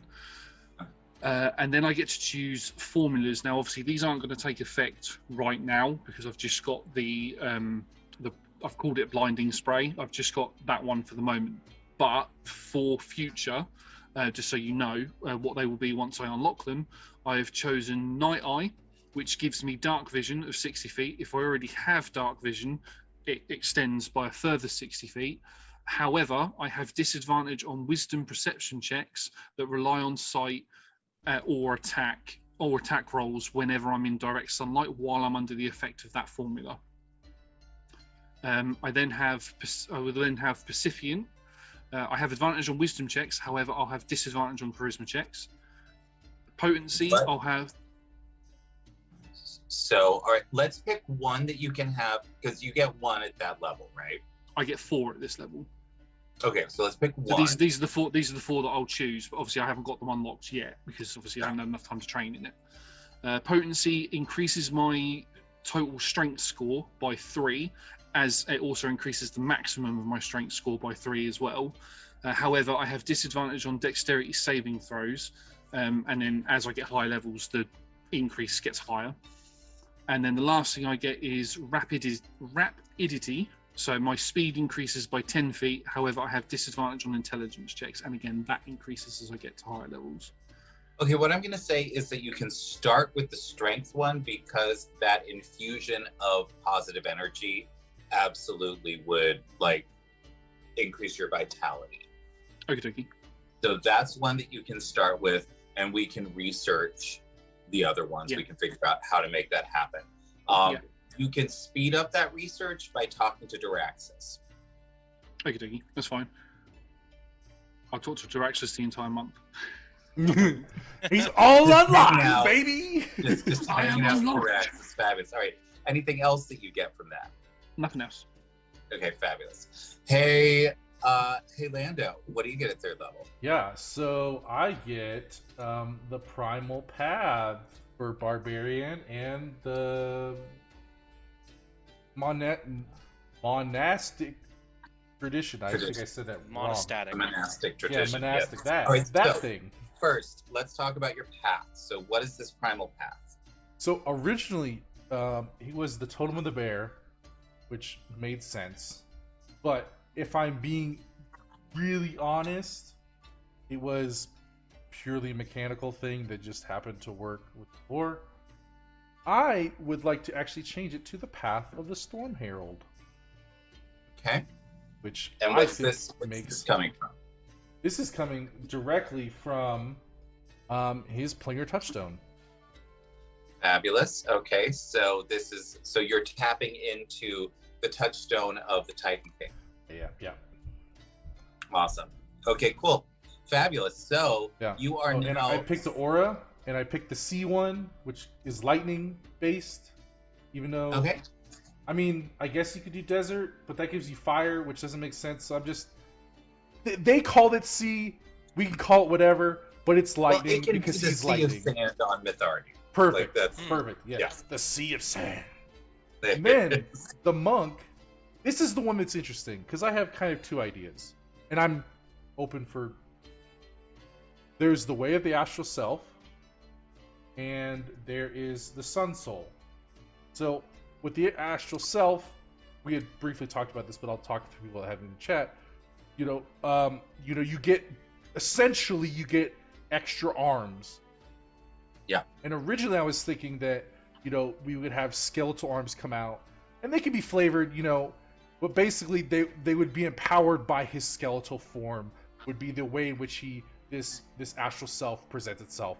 Again, relating to the touchstone, I like that I have the ability to have 2 classes that are really tied to the touchstone, because Gorf was a, kind of a not an average fighter. Obviously, he's Sure. better than average, but anyway.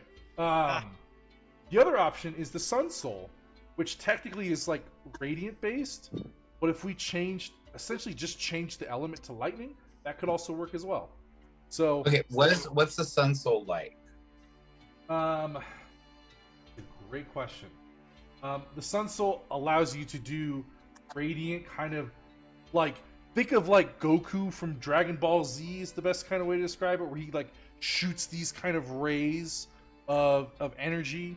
Essentially, is kind of his whole thing, where it kind of turns a monk into less of a like a brutal melee fighter and more of like an energy fighter, if that makes sense in terms of Okay, describe it so overall. it's a choice. It's a choice between essentially focusing on the skeletal aspect of the Titan or the lightning aspect of the Titan. So which one do you want to go with? Because the barbarian already has these kind of inherent lightning things, I would like to focus for the monk part to be the skeleton. So I actually think the ancestral or the astral self, I think, is the way that I'd like to go. And it feels more physical. It feels more options to be more brutal, which is kind of what I'm going for with Gore. Awesome. And So we don't have we've to got change anything. So we just hit the flavor. Cool. So we've got the astral self, which is in fact going to be you pulling on your touchstone and creating like skeletal things instead of astral things. All right, cool. All right, anything else for third level? You get deflect missiles. So what I'm gonna so I feel like deflect missiles is definitely going to be a component of the sort of skeletal things that are happening. Totally. All right, fabulous. Hey, Mike, level 4.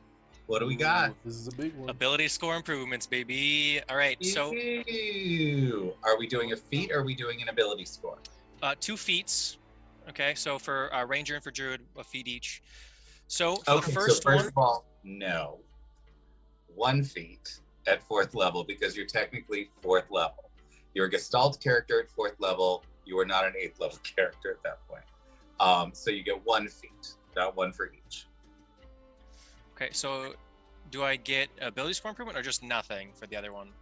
You get nothing. So it's as if you are a 4th level character. So you get 1 thing. Okay. So I'm gonna go with the first one then. I'm gonna go with skilled. Okay, fabulous. So you get some extra skills. Love it. And what are we aiming at? So you get 3 to choose from. I chose medicine, intimidation, and persuasion. Okay, intimidation. That's fine. Talk to me about medicine. So medicine, all of these are going to be working with the for the most part, they're going to be working with the market people directly. So all of the merchants, he's going to be learning from them as he works with them. Medicine, he's going to get for specifically learning what different drugs and poisons do, and also it's going to help him with solving those same problems when he's out and fighting a lot of the aberrations in the caves in the Underdark. Okay, I'm gonna need you to focus it a little bit more. Okay. So if medicine is based on, because battlefield medicine and pharmaceutical medicine are vastly different things. Okay. So are you focused on like learning about like different drugs that can be used and different poultices and things like that? Or are you focusing, or is this to help people in battle? Not. Oh man, that's a hard one. Let's say Volcac. Let's say for battle then. So he's going to be learning, especially how to patch himself or other people that he goes out onto these hunts with, patching them up so that they come back alive. Okay. And to be able to solve those problems. All right. So that's going to have more to do with physical wounds instead of like internal things and poison, stuff like that. Cool. All right, cool. What I will say is that you have advantage on stabilizing anybody with a medicine check, if that's where that is going. Fabulous. All right, tell me about, and the last one was persuasion. Yes. So we already talked about. What you're really gonna have to sell me on. Well, we already talked about how I would rather not get into a fight because it really shouldn't be needed in the Myconid market. So as far as that, if he comes across someone who he knows is into some nefarious stuff, he's going to try and talk to them first. He wants them to tell on themselves before he has to get to the intimidation part. All right, I'm gonna say that's much more. If you're specifically talking about like a criminal element, that's much more intimidation than it would be persuasion. Trying to convince them, like, okay, turn yourself in before you get in trouble. but he wants to be Not- he wants to be known as a person you can trust in the market, not just a heavy hand or something like that. He wants to be like the good cop. You know what I mean? He doesn't. I don't want the I'm character to gonna be. say you're gonna need to choose between intimidation and persuasion, because you're not going to be able to have both reputations at the same time. If you are the good cop, then intimidation is going to be very difficult in those situations because people will know that you are the good cop. And if you are the bad cop, then people will know that you are the bad cop, and persuasion will be much more difficult. So, which one of those? Which direction are you going to go? Ooh, baby. Okay. I think I'll stay with persuasion because I don't. Oh man, God dang it, Kyle. Because it really, like, do you see how those, like, it really informs your character a lot which direction you're going to go? I think I'll do persuasion then. Okay, so what that means is if you are dealing with that, then you dealt a lot more with the merchants than you did with the criminals, I'm going to say. So your job with the criminals was just to catch them, and you talked with the merchants about all the various things. Yeah. I definitely know a rat or two that I can go to for information in the market. Sure. All right, fabulous. So now, what are you going to change intimidation to? Let's see. I'd like to keep it as a different skill because you can do different tool proficiencies as well. Maybe a sleight of hand or something. What do you think on that? This is kind of on the spot. Give me 3 choices. Okay, so I'm gonna do sleight of hand, acrobatics, or animal handling. I don't really want to use animal handling. Acrobatics. Yeah, Acrobatics. If you're running to catch a criminal through a crowded market, acrobatics. Yep. Cool. Like That's that it then. scene with Will Smith in Men in Black. That was the first thing I thought of. Yeah, absolutely. So, all right, cool. Anything else at 4th level? No, that's it. Fabulous. All right, Josh, what you got for me? 4th level, I have taken the ability score improvement in strength. Plus Totally 2. makes sense. Fabulous. All right. Beefy. And that's it. That's easy enough. All right, delightful. Hey, Lando, level 4. Yeah, so if we're only doing one, I took also ability score improvement. I did dexterity and constitution. Dexterity specifically in this case because Gorf now no longer has a weapon.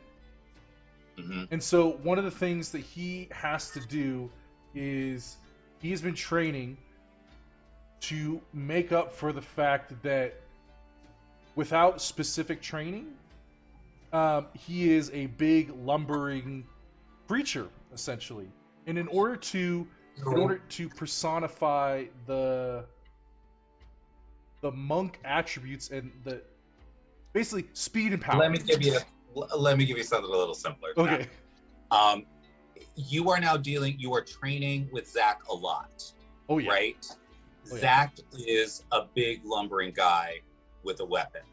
And you have now had to learn how to see against Zach. I love that. Instead of pure brawn. So yeah, I think that totally makes sense there. And then what's the other one? Well, so you specifically said we're only doing one per. I don't actually. No. So dexterity. You mentioned 2 ability scores. Oh, I see. The other one is Constitution. So you are getting the crap beat out of you by Zach. A weapon with a weapon. Yeah. So absolutely. All right. Cool. Is there anything else that you wanted to add to that, or is that? No. That was basically what I was gonna say. Arena with them. Yeah. All right. That was What? Anything else on 4th level? No. Nope. All right. It's time to hit mid-tier. All right, Mike, 5th level. Tell me, what's going on? Nothing. Absolutely nothing for You're druid not or cool. ranger. So Extra you're just attack, not cool. I mean. Yeah, I'm sorry you're so I uncool. think you, yeah. That sucks. Yeah. What about you, Josh? I get extra attack in both classes, so Wow. So you are not actually going to get 3 attacks around. oh, I Just know. like- I will later on because fighter, but not right now. Because you're a monster. Yes, I understand. All right, Lando. 5th level, anything Yeah, for you? I get extra attack in both classes technically too. Wow. you Okay. cancel. Gross. It's Oh. literally every adventure is just going to be, how many times can I punch this guy? I've proven that I'll make it more interesting, but yes, if you distill I it down to its expect you to base make it more elements, interesting. okay. If you don't make it more interesting, I will kill your character. I also get 10 feet of movement. Just- I get faster. FYI, everybody in chat, one of the rules here is if my players bore me, their characters die. Like, that's just, I will just get rid of the, make them start another character. Because I want to have fun too, and if you're boring me, no. All right, fabulous. So, you get some extra movement. You've been training on that with Zach, running circles around Zach there. I have to. He's got longer reach than I do. He does. He does. I love how this is now becoming very specifically like ways to like figure out how to avoid Zach's attacks now. Well, it's going to be avoid other people's attacks too, because also, you know, if we get into technically Gorf was significantly more beefy while he was raging because of the totem part. Yep. So he takes regular damage at some Yeah. points. Real sorry about that. Yeah. Okay, fabulous. Hey, Mike, anything for 6th level? Not really. Fungal infestation. You know, some cool druid stuff. Ooh, what's this fungal infestation? So if a creature dies right next to me, I can make it a zombie Oh, Gross. as a reaction. Yeah. You're gross. So technically, what I'm going to say is technically it is not a zombie. Okay. It is going to be a myconid. Ooh, can it be a myconid swarm? Like they just pile out from the dead bits Or- of the. or it could be the thing from Last of Us. What is it called? The No, that's a myconid. okay. That's literally Crickets. so it's cordyceps, which is a type of Cordyceps. fungi. That's what I was looking for. It Okay. is so the cordyceps family of fungi is a terrifying thing. Essentially, what it is each cordyceps has grown to attack a very specific species of insect, and what'll happen is the cordyceps will infect that insect and then hijack its brain so that it then goes up to a high spot, and once it gets there it will latch on to like a blade of grass or a twig or something like that, and then the cordyceps will the reproductive part of the cordyceps will like shoot up out of its head. It'll break through its skull, shoot up out of its head, and then release its spores on the colony down below, creating more cordyceps. And that is so so it's a fungal infestation, and that's like, I feel like what this would be, it would be much more of sort of like a mycelial infection. Mhm. And what I will say, So, what else I was say thinking of campestry. That's what I was thinking of. The swarm of campestry. what the hell is a campestry? Yeah. It's a challenge rating 1. It's just a little tiny mushroom thing. Can you see that? No, you can't. There you go. Okay. All right. I see. Okay. If it's that happy, It's a mushroom with It's a face. absolutely that happy all we're the going to time. need to make some decisions. So you can either have a combat-oriented zombie, or like we can do some sort of like medicine-oriented fungi. So which would you I'll like? do medicine. I don't think I would want them to, like, them specifically, they wouldn't be combat oriented. Okay, so in that situation, so what we can say then is, instead of it attacking, so it will never be able to attack anyone, right? But Mhm. what you can do is you can immediately force the growth of these fungi, and they will, because they have little mouths, they will all be talking to each other. Yeah. Which can be very distracting to creatures near you, but they'll grow large enough to be look sort of like a little like log, like a rotted log or something, and you can duck behind it and get half cover from those things. And if you're, what I'm going to say is, if you're within 5 feet of this thing that you've just created and you are attacked, that attack will have disadvantage because the little fungal guys will start like trying to talk to the person, try to like reach up and grab this new person that's near them. Kind of terrifying. So you can it use it as cover, and So what it else? becomes defensive instead of aggressive. So you can get Okay. half cover, and if you're within 5 feet of it and someone is attacking you, that's also within 5 feet of this thing, then they will have disadvantage on the attack. Can I add something to it? That's not for my character specifically, but it's for Glappery.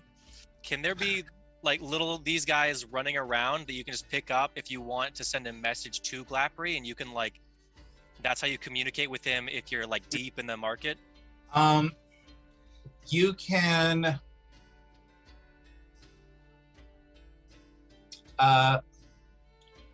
when you can pick one of them to Okay. send a message to Glappery, but if you do, all the others die immediately, and you lose all the other properties of it. So specifically out of combat thing. Yeah. all right, cool. Anything else? That's it. All right, Josh, 6th level, give it to me. Oh, sorry. Can we just? I apologize. This is completely on me. I missed a couple features from previous levels because I didn't scroll down all the way for Monk. I apologize. You're dead to me. Okay. Sorry, I'll just lose them. I'll just lose them. Guess what are we getting from Monk? I missed Slow Fall at level 4 and Stunning Strike at level 5, which are really good. So slow fall, I feel like that's really easily explained just because you have to be within range, so you've got like these giant skeletal things that just pop out. And they just like stab into the ground. Yeah. And then Stunning Strike. You've got lightning. Oh yeah, there you go. Easy. It's like a defibrillator fist. Disrupts their bodily electrical signals or whatever. I guess I was there you go. confused. I thought we were only supposed to say the things that we had a choice in. Are we just supposed to say all of our features Well, and stuff? you've said things that you don't have a choice in, like the fungal thing, the fungal infestation. So That was because I didn't have anything else. give me the other things if you want. So Horizon Walker Magic, which is different spells that have So to we're not do- going to deal with spells. Okay. Primeval Awareness. So you can expend one ranger spell slot. So that's also not a thing, or No, so when it comes to that, I think I have decided, because all the other sort of ways that we could do this, I think, are super complicated. okay. What I think is going to happen with magic is it's all been compressed and crystallized, right? Hmm. So there's all of these places in the world where there are now just like these sort of like, if you go to a library and they have like a 7th level spell scroll or something, like as you open it up, there'll just be this sort of shower of this crystal, right? If you want to cast a spell, you have to have a crystal of the appropriate size with you that you can then utilize that compressed magic to actually use that spell. Will it get consumed? So we're turning. Yeah. Oh, because that's a consumable now. Yeah. Oh God. Okay. So it's going to be very difficult. So you will have to. So if you want to cast spells, you either have to like. It's one of those things where for Hunter's Harvest, I don't think it'll be as bad, because if you're going after like magical creatures, like if you go after, let's say, a beholder, it's a very magical creature that absolutely will be like, you'll just see all of these like crystals growing out of the beholder that you can harvest. We're gonna have to farm creatures through cast. Yeah. I love it.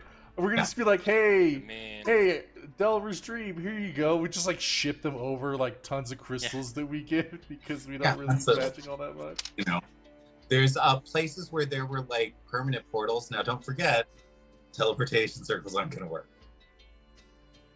Oh. But those teleportation circles are probably going to be covered in crystals because they were connected with such powerful magic. But like spell books are going to be like covered in crystals. Places of power are going to be covered in crystals. All that kind of stuff. So like this is going to be something that people are going to try to harvest and hoard all over the world. Yeah, I mean it's gonna be like a currency stuff. So that's going to be fun, I think. So you've got, so if you want to use your primeval awareness, you will have to have a crystal and consume it because it'll be using a spell slot. Okay. So things that are using spell slots need crystals. What about something like I have something that's detect portal, which is just something I get. It's not a spell slot. Yeah, you can get sort of a sense of where power is because there's so little of it at this point. And, Okay. and So that's I guess your question is, what about Gorf's 1 day lightning shot?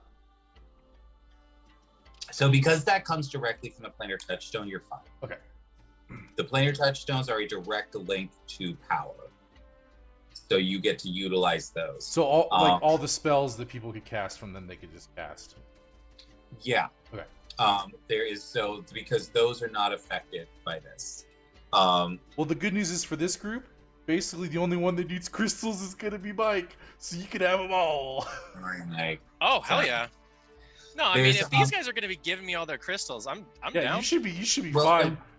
one of the things that I think the way that I'm going to work this out is it's going to be, I will tell you a number of first level crystals. So it's basic crystals, and I'll tell you the number that you get from an area or a creature or something like that. And what I'm going to say is that anything that's like a first level, like cantrips are just, you can't use them anymore. They're just not strong enough. God. They're just not strong enough to actually survive the suppression of the magic. So Delver's Dream is gonna be so hamstrung. So cantrips inside Delver's Dreams, yes, because you're protected from the suppression.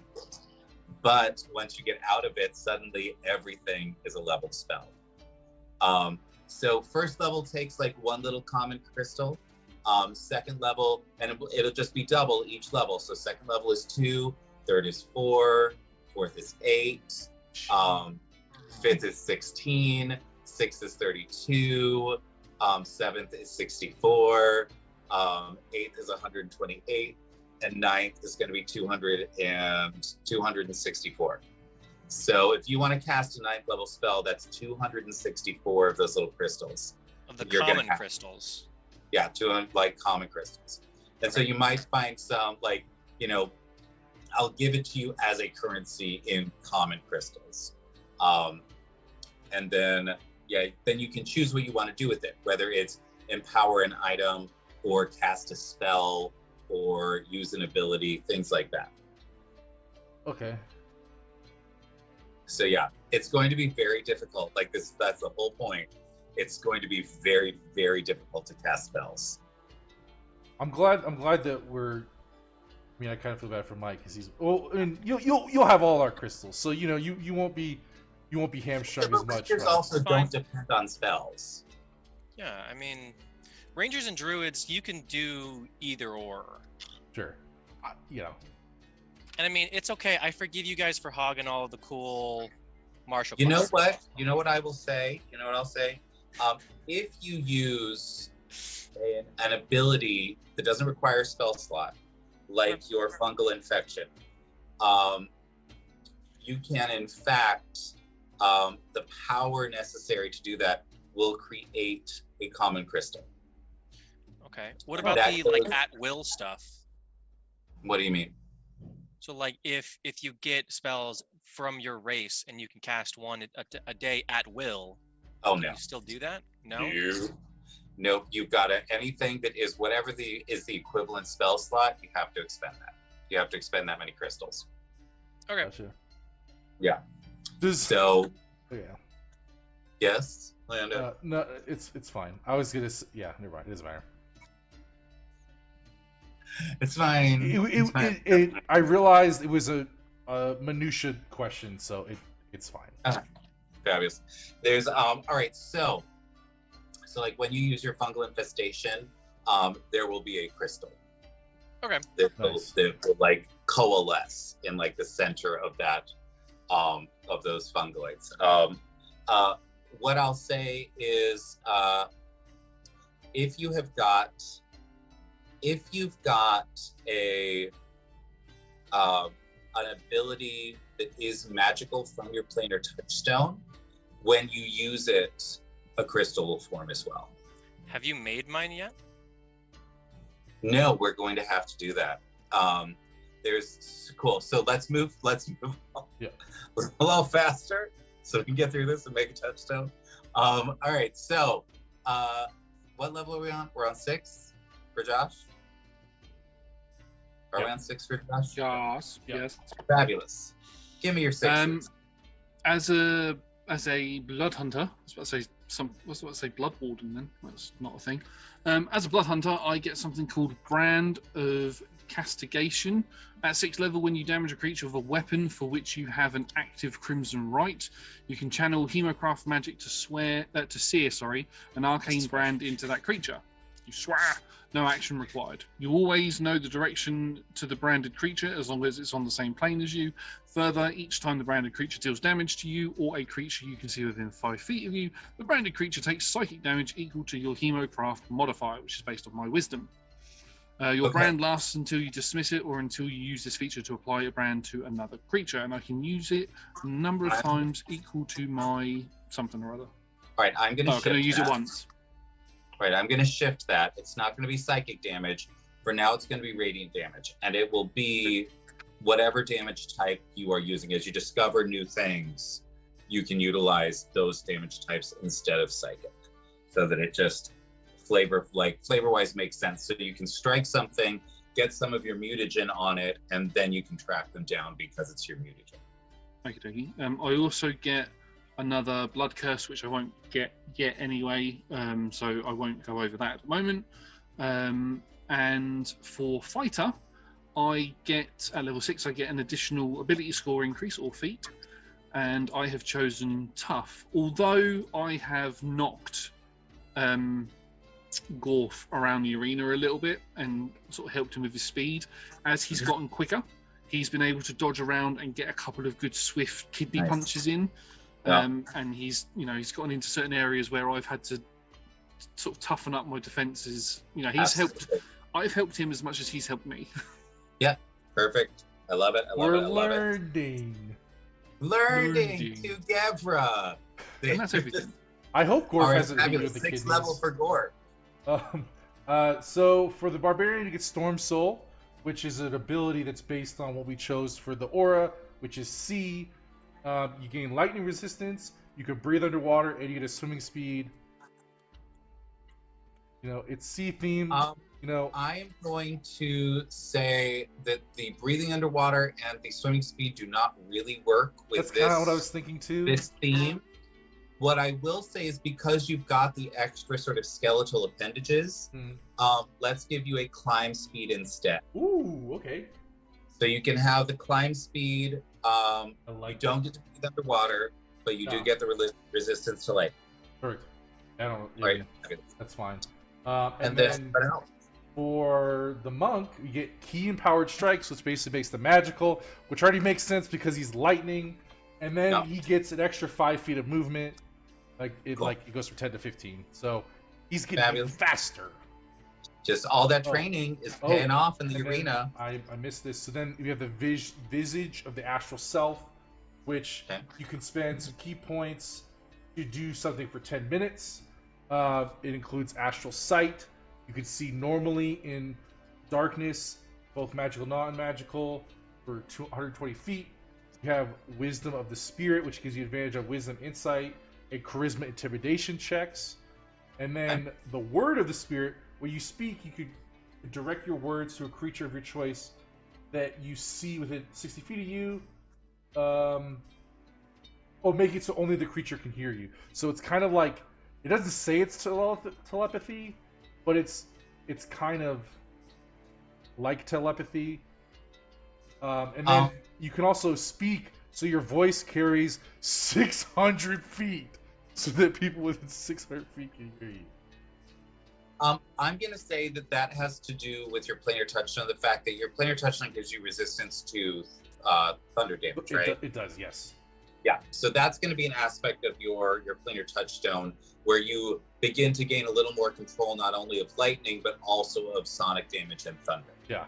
And then I would say the astral sight is like that I send out these kind of electrical impulses and kind of like see in darkness, because like kind of like a daredevil kind of thing, but it's like these kind of lightning pulses that. Well, there is already something in nature that does that, and it's a shark. Shark have an organ that can sense electrical impulses. So you can see electrical impulses in someone's brain and in their musculature as the muscles are moved throughout their whole nervous system. So I think that would be the thing. That's what allows you the wisdom spirit, the charisma, the intimidation is because I'm literally a skeletal lightning guy. Yeah. And then the wisdom insight, I really like the idea of the insight being like able to see in the electrical signals of people's bodies and anticipate their movements based on that. I would say it's probably really only going to be used in combat, because Gorf doesn't really pay attention to much outside of combat.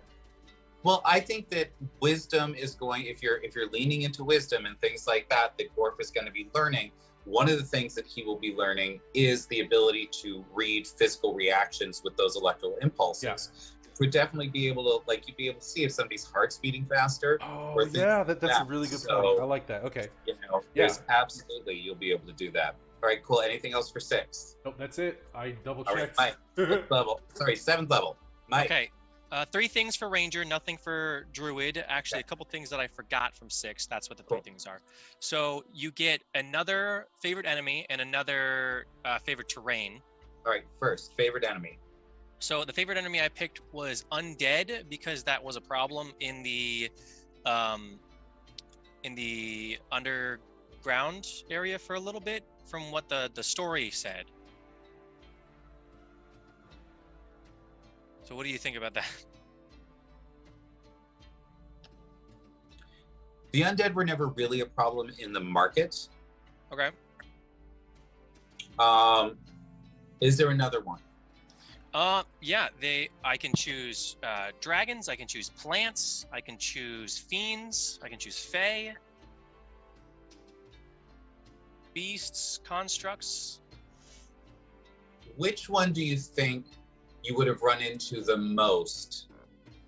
Because Kilnazi would not have sent her undead armies down into the Underdark just to battle, like, aberrations. She specifically sent them down to go deal with the drow and grab more victims. How about just monstrosities? Just any type of monster that's lurking in the darkness. Because there's a whole bunch of different kinds of monstrosities that live in the Underdark that you might be hunting as well. So something I forgot was you get languages that you can speak with this. The first one I chose when we chose Aberration was Draconic, because that was the rule.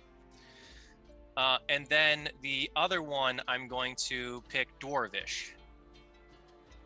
Okay.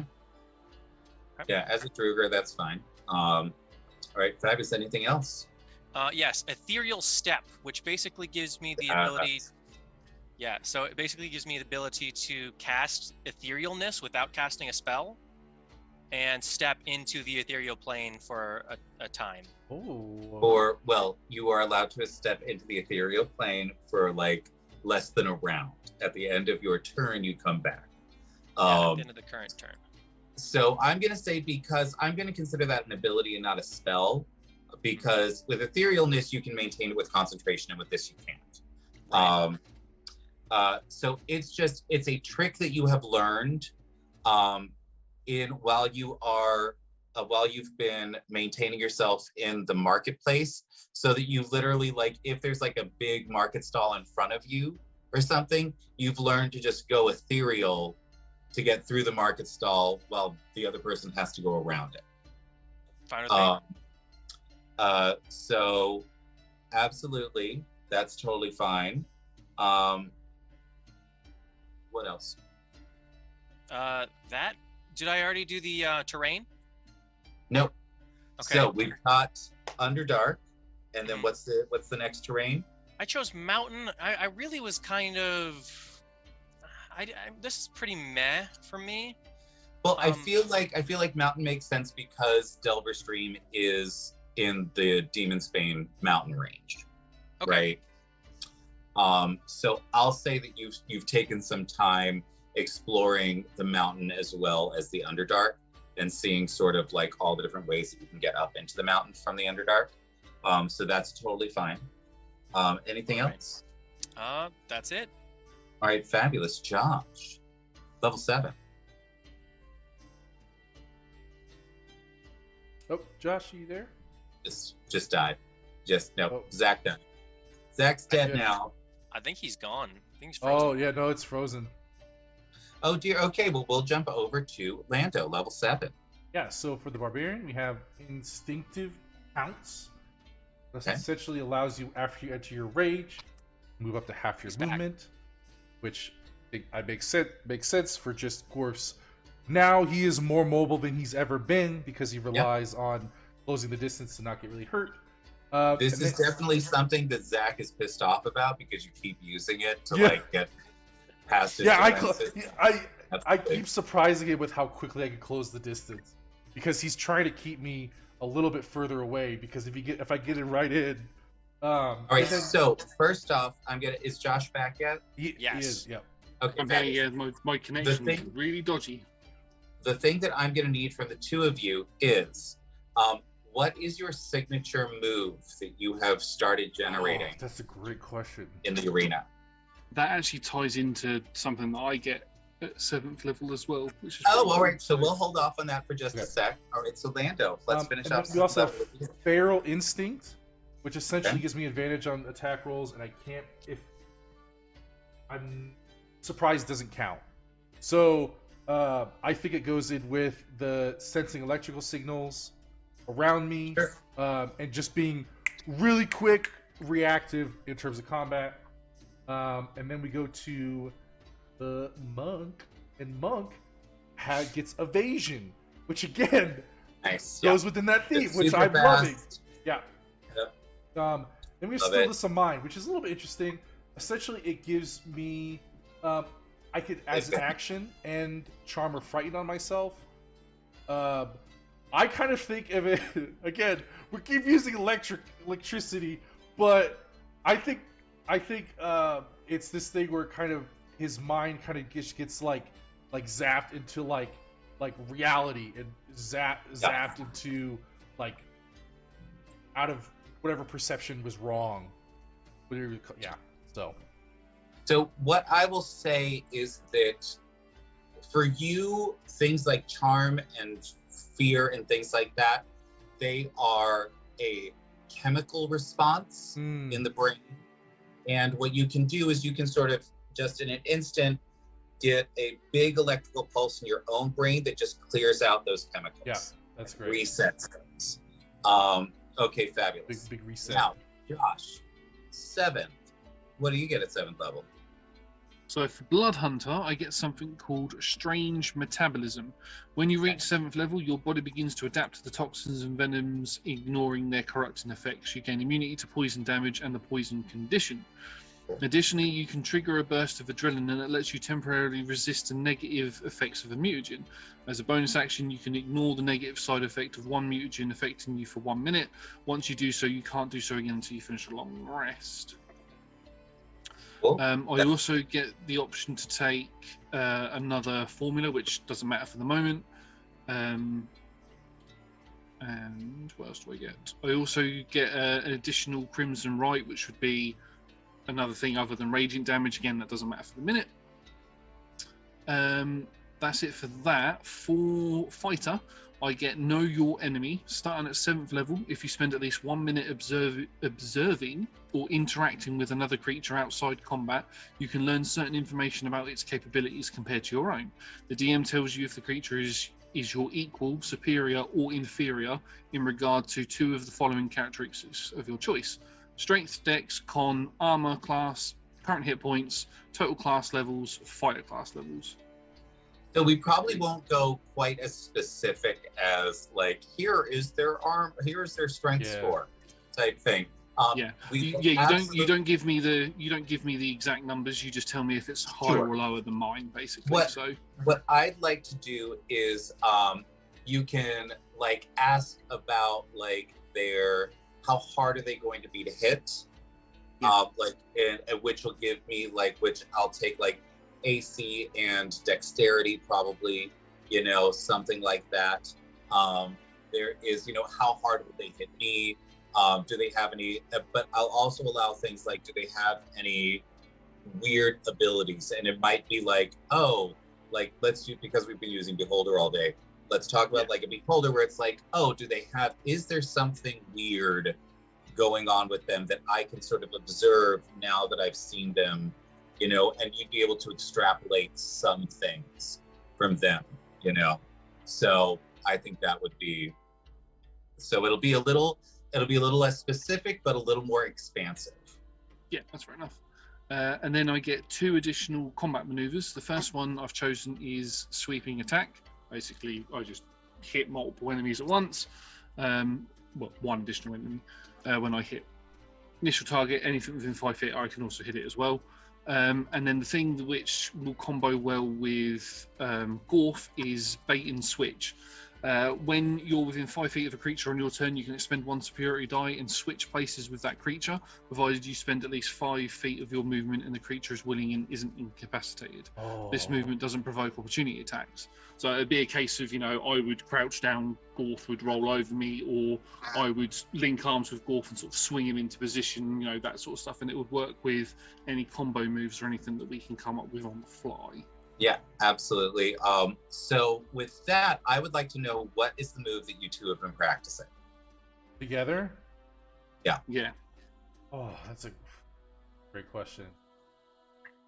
I think there's a few. The first one would be literally the bait and switch, where I'll swing for an attack, and as I go low, Gorf would roll sort of over me and then either kick or punch something. Can I make a suggestion with the bait and switch? Absolutely. So Gorf has now a climb speed. And real quick, the next thing I get is I could basically run up vertical walls. So I feel like an amazing maneuver that you might be able to pull with the bait and switch, and that I will absolutely allow this, even though it stretches the bait and switch rules a bit, is if you are engaging somebody, Gorf can run up a wall while you are engaging with somebody. You then switch places with them, so now Gorf is in front of the person, and you jump off the wall and can amplify your damage based on the height of the fall that you're doing. Okay, so you hit them in the back. I literally just watched Jujutsu Kaisen yesterday, and there was a scene where one of the characters, he claps and he switched places with either his opponent. Oh yeah. And it was one of the coolest scenes I've ever seen in terms of hand-to-hand combat, because they both had different builds, and they were and basically the villain got super fucked up because he couldn't read anything because he was always clapping and switching the places. That was so good. So now, all right, so would that be a fun combo move, do you think? Oh, I reckon that would be, yeah. If there's any walls nearby, of course. Definitely. All right, so now tell me another one that's just for you guys. I would say that Gorf would go in because he's a little bit faster, and he would physically hit and disrupt the electrical signals by doing stunning strike, and just leaving a wide open enemy for Zach to just absolutely just punish super, super hard. I would like to, I'd like to add a little something to that. Absolutely. Because you are now going to be much more acrobatic. I'd like you to think about like running up and then like sort of how you maneuver around an enemy while you were doing that. With Gorf, it used to be very much going up and brutalizing someone. Yeah. Now you are a speed and dexterity based character. So think about like running up and maybe like doing a flip over them and hitting some nerve clusters as you do that, and that's your stunning strike to sort of like zap. And then don't forget, you also have your astral hand. So if you want to like really leave something open, you run up, flip over this guy, doing nerve clusters, and then suddenly you have these hands grab them and just hold them up. Yeah. For that to do something crazy. Oh, I'm so fucking excited! Holy shit! How do you feel about that, Zach? Yeah, that sounds good to me. Obviously, other combat maneuvers will come more to us when we're actually in a situation where we can think of stuff. But yeah, I'd love it. All right, cool. So keep the two of you think, because you've been training together so much. Think about really what are the really cool things that you could be doing, especially when you're dealing with dancing swords. If you ever get that back. You know, like what this things like, because you both now have like unarmed combat. What that looks like if the two of you just like are going at somebody from different directions. You know, just we're gonna have to be like, hey, like we're have to be like the roly poly, or like let's do the absolutely. I don't know, like the. I want you to name the pie or some shit. I don't know. Brother bear now. The brother bear. Yes. I love it. Okay. Anything else for 7th level, Josh? Nothing else for 7th level for me. Fabulous. Hey, Mike, 8th level. Yay. Okay, so land stride for the ranger. Cool. Move through difficult terrain with no extra movement, and then you can pass through non-magical plants without being slowed. And then wild shape improvement for druid and ability score improvement. So I picked a feat. All right, fabulous. So the wild shape things for druid, because you are so in tune with the fungal things, I'm gonna say we need to come up with a list of creatures that you can be. We did talk about this before, so I'm not going to really use the change shape function too much, but the actual, what is it called, the symbiotic entity. So basically, I just activate a bunch of spores around me, and I get extra hit points, and it also does it. Yeah, it does damage and an AOE effect. You utilize that. That's also going to generate a crystal.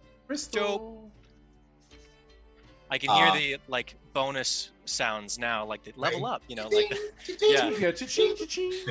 We're gonna be like gathering up all the crystals from our shit after every fight. Got it, man. Don't forget the bad guys are gonna want that too. So if you generate a crystal, a bad guy can grab that and utilize it against you if you don't get it first. We'll beat the shit out of them first. Yeah, I mean our team, that's probably not a good idea. Don't forget. You don't have magic weapons anymore. Right. Like everything. So things are going to hurt a lot more, and you're not going to be able to hurt things nearly as much. So that's fair. All right. So anything else for 8th level, are you picking a feat or an ability score increase? I picked a feat. So the way I want to do combat with this guy, we've already established that he's much more into maneuvers. So I want him to dual wield rapiers. Cool. So the feat is going to be dual wielder, and basically what that does is it gives me a +1 bonus to AC, and I can use 2-weapon fighting. Okay. We have never mentioned rapiers before this, and you've talked a lot about defensive combat. Yeah. What were you using to defend yourself? So basically what it is, with the dual wield is you keep one rape. The way I'm thinking of it is you keep one rapier to kind of keep a distance or to disarm someone or to trip someone, and then you keep another one handy as like a parry rapier. Could you do like a one rapier and like a sword breaker? If we are doing, all right, if you are, so your job is to do non-lethal damage to Yes. people, right? Rapiers are very specifically created to kill people as quickly and efficiently as possible. They are, when you are dealing with a rapier, when you're dealing with another sword, you've got like these big long sweeps. With a rapier, literally, you can cut someone's head off by doing that.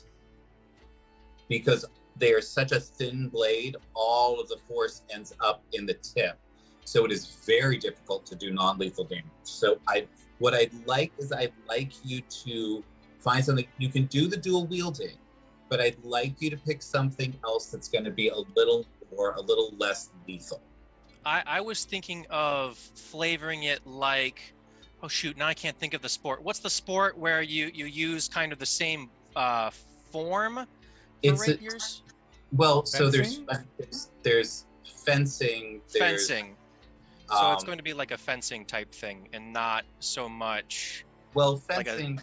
Fencing very specifically is there's just a little knob on the. Yeah, the foil. There's the foil on the end of it, so. But you're still attempting to murder people.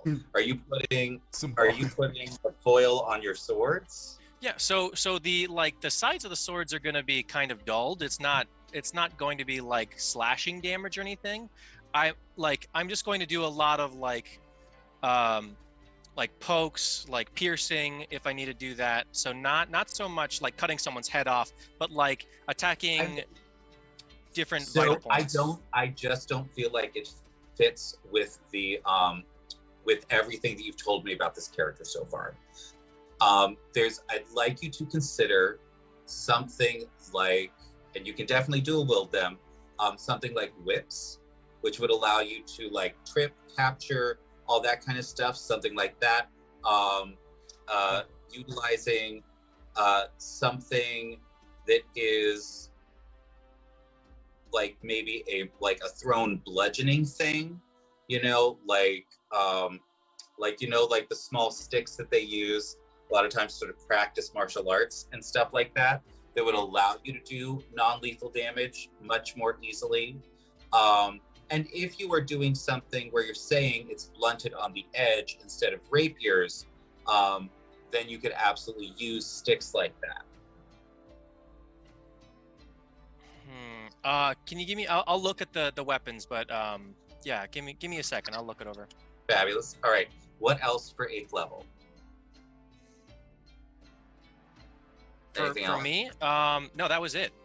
All right, fabulous. Josh, tell me all about your 8th level delightfulness. I literally just get either an ASI or a feat. I have chosen a feat, and I have gone with Sentinel.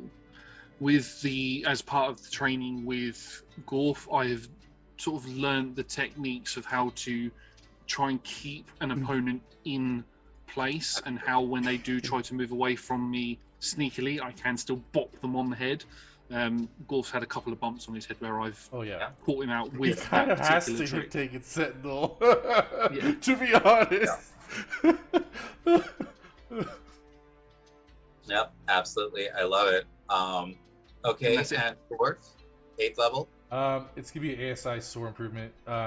Constitution from just the beating that he's taking.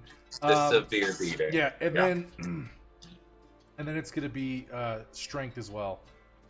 Just be like, he's tough. You gotta hit him hard to do damage. Yeah. Absolutely. All right, cool. So Mike, 9th level, our final level. 9th level, you got nothing from me.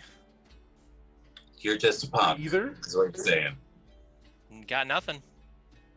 Well, that's very sad. That's upsetting. Josh, what about you for 9th level? I'm just quickly having a double check. No, I get 2 things. So for Blood Hunter, I get Grim psychometry. Okay. When you reach 9th level, you gain probably, yeah. Exactly, yes. That's exactly it, yeah. When you reach 9th level, you gain a supernatural talent for discerning the secrets surrounding mysterious relics or places touched by evil. Whenever you make an intelligence history check to recall information about the sinister or tragic history of an object you are touching or your current location, you have advantage on this check. At the DM's discretion, a suitably high roll might cause your character to experience brief visions of the past connected to the object or location. I'm not sure how that's going to work, considering the fact he's not from this place. I am going to say that it is not going to be evil. It's going to be magic. Okay. So that way, as you find places that like are used to be places of power, you can sort of see what they used to be, and potentially utilize the crystals around them to like try to reactivate them or figure out what they might have been before. So absolutely, I think that'll be much more useful. Okie dokie. And then for fighter, I get indomitable.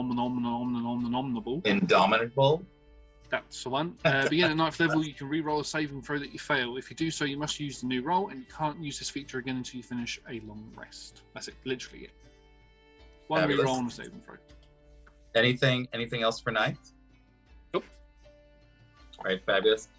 In the chat, we did get, I was trying to remember what they were called, eskrima sticks, which is the Filipino.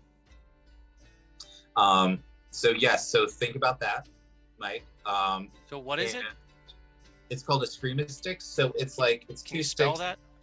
It's ESKRIMA.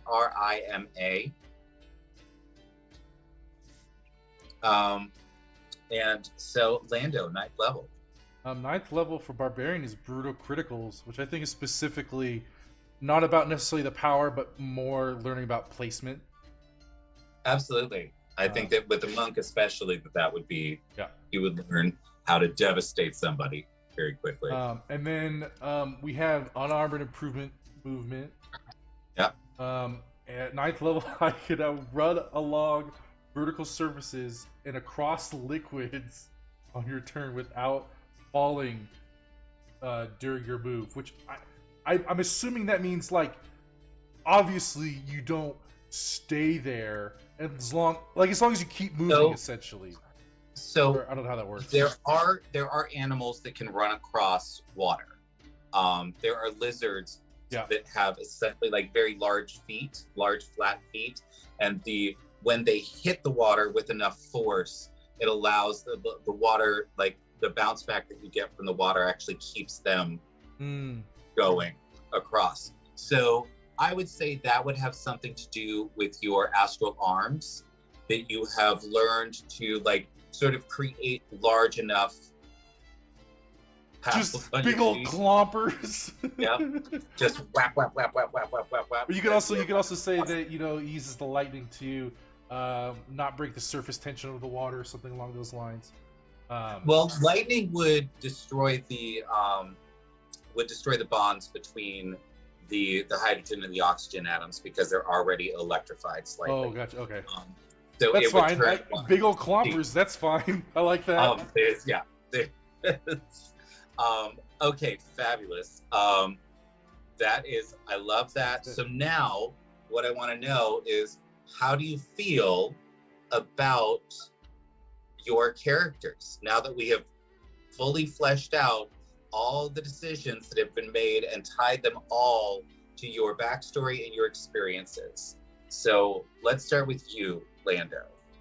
I am okay. Without like being dramatic, this is the Gorf that I always like pictured in my head, but didn't allow to happen because I was concerned too much with mechanics in the. Sure. And so I'm so grateful that the mace got disempowered, not because it wasn't a great item, not because it wasn't delightful for what it was, but it informed too much of who my character was. I'm so excited to play this character, not only just in and of himself, but also with Zach. Like, I can't tell you how fucking excited I am Well, to do. one of the things that I'm really excited about is the fact that one of the things that you have run into issues with over the past year is including other people in the role play. Yes. Finding reasons to interact with other people, especially during combat, because Gorf was, just the meat shield. Yeah. And would go out and try to take care of everything on their own. So having somebody that you've been training with, that you are creating moves with, all that kind of stuff, I'm really excited to see what you're put together. I think. So, hey, Mike, Vision. how do you feel about your fabulous little market person who is delightful? I'm so excited, dude. Like, this is gonna be so much fun. I do have a question to add on to everything else. Do we keep flavor feats? Yes, so you can have a feat at first level. I completely forgot. Thank you for reminding me. So what is your flavor feat going to be? I, surprising almost no one, I picked skill expert. Okay, so you are just all the things everywhere. He likes to learn everything that he sees, and the only way to do that in a market is to actually learn these skills. Sure. To help. So what skill are you choosing, and what new skill? Let's pull it up. Skill expert. I picked investigation. Okay, absolutely, and that's going to work with your tracking down things that have been stolen from the market, all that kind of stuff. Absolutely. What did you choose expertise in? Perception. Okay, yeah, that absolutely makes sense. You're on watch all the time. I might switch that to investigation. What do you think? I think perception, because it also works with your whole backstory thing about tracking down aberrations and staying stealthy. It would mean you would have to be able to see all around you, be very aware of your surroundings. And I think that based on what you've said today, is a much larger component of your backstory than going and trying to retrieve items and things like that. Mm-hmm. Okay, cool. Yeah, and then I picked a dexterity score for the bonus. So. Yeah, no, that totally makes sense too. Running around booths, all that kind of stuff, finding your villains. All right, cool. Lando, what's your flavor? You're a chef? Yeah, I'm sleep with chef. Okay, fabulous. Because also that's just so much more roleplay, because I'm guessing that Zach is also doing chef, which makes me so happy. Yeah. So, all right. So, Zach, are you keeping chef as your flavor feat? I mean, sorry, that was not to pressure you to keep it, just to be clear. Like, you do, I want you to do what you want. That's I'm going to say yes for the moment. I need to think about it, though.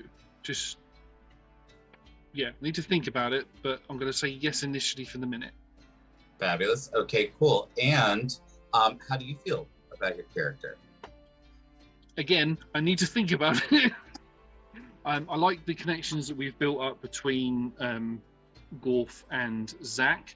I feel, and this may need to be a personal conversation, I don't know, but I feel that I'm not quite what's the word I'm looking for? Getting Zach as he's intended. I feel I may be trying to force him in a direction that doesn't feel natural to him. So that's something we may need to talk about. That's something I may need to think on a little bit. So he may be a little bit different when we come into season 3. I'm not 100% sure. So it's just a niggly, just a little bit of a nag in the back of my brain that's like there's something that doesn't quite sit with him there. So sure. We can absolutely set up a time to go through that. One of the things that I would say is we can also wait until you've gotten a chance to actually jump back into session and play him for a little bit, and that might help you identify whatever that thing is. Yeah. So awesome. I love it. Now there's a couple of things we need to do. Everybody hit !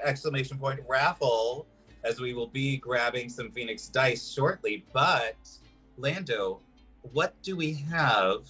Yes. As crystals. I recorded it. So crystals We have 32 common crystals. All right, fabulous. So what that means is we can give some common crystals to our ranger to power their spells. Yay. We can create some bigger crystals to do some to see if we can get some fabulous random magic items. What would you like to do? Well, you said also an option was to empower magic items that we already have. Yeah, I'm lying. Oh, that's not a thing. No, I think we'll do. Is there a specific one that you want to empower? You know, honestly, the kind of magic items that I want for Gorf are like really different now. So, I mean, maybe the periaptal wound closure, but that just feels, it's like, you know, that's cool for basically getting his hit points back, but I'm not hung up on it. Yeah, I don't know that would be, because what is that? That's uncommon or rare? It's uncommon. Okay, yeah. So we've got a total of 32. So first, since we do have a magic user, how many of those crystals do you want, Mike? Well, I did kind of put 1,000 points in when they were doubled. So I think it would be fair if I got those. You know, Sure, those so you 2,000. want- As far as So you want personally, 20. I feel no claim or need to stake any of those, especially since we'll be getting them later on. If there's a magic item you're excited about getting or something, I just feel want to be able free. to cast a couple spells. Yeah, Like that's- that's right. So do we just want to give all the crystals to Mike? Josh. I'm cool Yeah. with that. Yeah. I'm cool with that. Yeah. Hell yeah. All right, fabulous. Give it up, Okay, so you've got crystals, 30 baby. crystals. I mean, honestly, I definitely we want could- to earn my magic item back rather than just instantly starting with something that's already magically Yeah, I mean, attuned. it might just be I'm that, gonna like, explore that. we give all the ones for Mike, and then we just save up enough to, like, get a magic item at some point, but, you know, it's... I should clarify. I'm not just going to spend all these at once, guys. Like I'll still have some. No, for sure. If we want to for spend sure. it on other Yeah. stuff. Like I'm just gonna be like 9th level spell right now. Like, so yeah. Absolutely. So how many do I get? You said There's it was 32. 32. Dope. All right. And the other thing is, we actually got 5 collective subs. So, So someone... one person is going to get so. Because of that, what I'd like to do is I'd like to do a little poll for the chat. So we are going to see who gets the extra ability point. And is it going to be Gorf? Is it going to be Zach? Or is it going to be, what's your guys' name? Oh, Mimir Grimfavor. Mimir. Mimir. Fabulous. We're going to start this poll. You'll have a minute. Tell me who's going to get it. Who's going to get it? Let's see. And while we are waiting to see, Lando, let's roll to see who gets some dice. Let's do it. Pull up the page. That's right here. Okay, so we're closing it up. And the winner for today is... Phantom! Phantom, yay! Phantom, shoot me a note on Discord, and I will get you some delightful Phoenix stars. That's what happens when you watch so much Twitch that you use all That's your data. Ah! Oh my gosh. All right. Let's see. Holy shit. It's almost done. Yes, someone is dumping massive amounts. That's a lot. Like, come on, guys. We know there's not that many people in chat, okay? I mean, according to us, there's 30 people. So, Snowflake. Mimir, you get an extra ability point. Tell me where you're going to put it.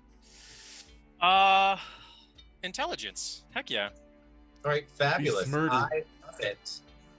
So, hey, everybody. This is how we do Session 0 here at the Patchwork Planet. It's all about you making choices and building your character through those choices over and over and over again until by the end of the session, we all know exactly what's going on with our characters. And it makes sense. and it helps give us the depth of character necessary to do fabulous role playing and to come up with amazing ideas on the fly because they're all grounded in that really solid backstory. So, thank you all for being here with us today. And now I think it is time to go a-raiding. It sure is. So let me see who is up and available to go raid. I'm sure there's somebody from our fabulous stream team ready to go. My computer's being insanely slow right now. Carney Sideshow or Heroes and Hooligans? So let's go hit up Carney, shall we? Oops, That will be fabulous. And thank you for the follow, Copper Wings. That's delightful. We're going to go raid. And don't forget that you get fabulous channel points when we do go raiding, which you can then use on things like polls and to help our players with advantage or disadvantage. Fun things like that. Now, let's go. Hell yeah. Hell yeah. I'm so sorry. Hold on. You punked it. Wow. Can't handle this. I need Hi you to everyone, pull this is awkward. You spiked it. Lando, yeah. Like I need Lando. Be better. Usually you initiate the raid, and I just spaced out. Give me 1 sec. And I need Josh. I need you. Fix this. I'm fixing it. I need you to be better. Okay. And Phantom, yes, I know Huli only has a few people, but on Tuesdays we do Carney because that's the only day that we can raid into Carney, and Huli we've got like 3 days that we raid into her. So trying to, make sure that everybody gets some love across the stream team. I love it. Love. Bye. Thank you, My everyone. wave just sort of turned into the Bye. Queen's Have wave. a great one. Goodbye. Bye. Bye. Didn't the queen have to change her weight?